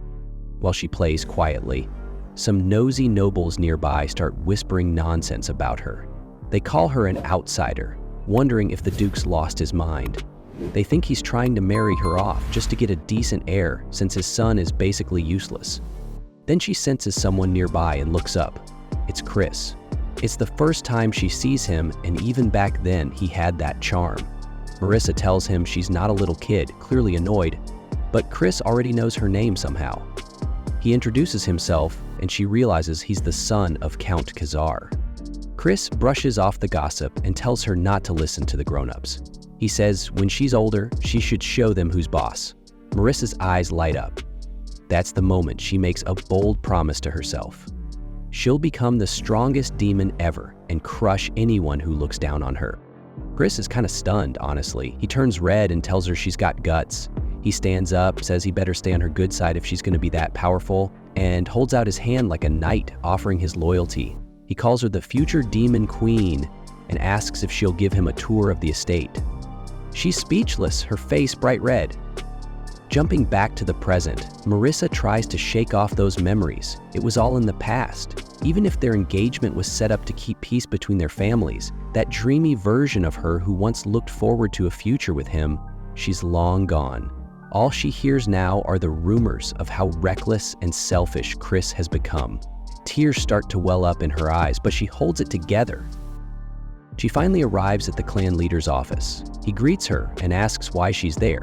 She informs him that a rare relic has popped up in the neutral zone between their two territories. The guy, who's obviously slimy and full of himself, brings up how the Venom clan grabbed the last relic and asks if they plan to back off this time. Marisa shuts that down. She flips the question, asking if he would ever do that if the tables were turned. Then she lays out her plan. Both families send out a team to search for the relic. Whoever finds it first keeps it. Each team can only have up to 10 demons, all 3 stars or under, to keep things fair and avoid a direct war. She's sharp. She even points out that if either side suffers heavy losses, it'll just weaken them, and with the current chaos in the Four Kings domain, that's the last thing they need. The clan leader thinks for a second, then taps his fingers and agrees, but adds a catch. If the Venom clan cheats or breaks the deal, they'll not only lose this relic, but also the last one they claimed. Marisa wants him to clarify. He accuses her of setting traps or sabotaging teams, since that's what she's known for. She stays calm, meets his eyes, and promises it won't happen. She agrees to the condition. Then he asks if she's going to lead her clan's team personally. She confirms it. He says he's eager to witness the strength of the legendary 10,000 Venom.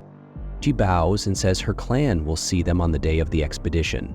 As she walks out, the old man stays silent for a bit, then stands and stares at his chessboard. He picks up the Black King and knocks over the White Queen. The king remains standing tall. With a low voice, he mutters something only he can hear. This stage is set just for Marisa. 2 months had gone by, the air had shifted with the season, and things weren't the same anymore. While Chris buried himself in training, others were also changing. Some were stuck thinking about love they couldn't move on from. The ones who lost their spot in the rankings faded into the background. The envious ones started sharpening their claws, ready to strike. And while all that was happening, someone kept themselves hidden, quietly preparing for what's coming. Chris eventually finds himself face to face with the lazy leader of the clan, who throws a challenge at him, asking him to prove he's worth something. Chris takes the chance and brings out his shadowy weapon. Just the sight of it makes his older brother's face turn sour. Seeing their reactions, makes Chris silently laugh. Inside, it's too good. He remembers being told not to show the real weapon by that grumpy old man dressed like he stepped out of a fantasy novel. The guy warned him that if he showed off too much, he'd end up with an even worse mission. Told him to chill and pretend he's not too special. The old man finally admits Chris isn't just some background character anymore. He gives him the next test. There's a relic that showed up in the border zone, and demons will be sent out to find it. Since the Venom clan is also getting involved, things could get tense. The leader says if Chris does well there, he'll recognize him as the next in line. Chris finds it weird. This sounds way too easy. And then he's told he won't be going solo. He's getting placed on a team led by the second princess. Turns out, this job was originally meant for his brother Roy. But now, Chris is being handed the role like it's a gift. That rubs him the wrong way, but he accepts it anyway. Chris walks out thinking about how odd this all feels. He expected some brutal task that might even cost him his life. Something's not right. He thinks about Roy.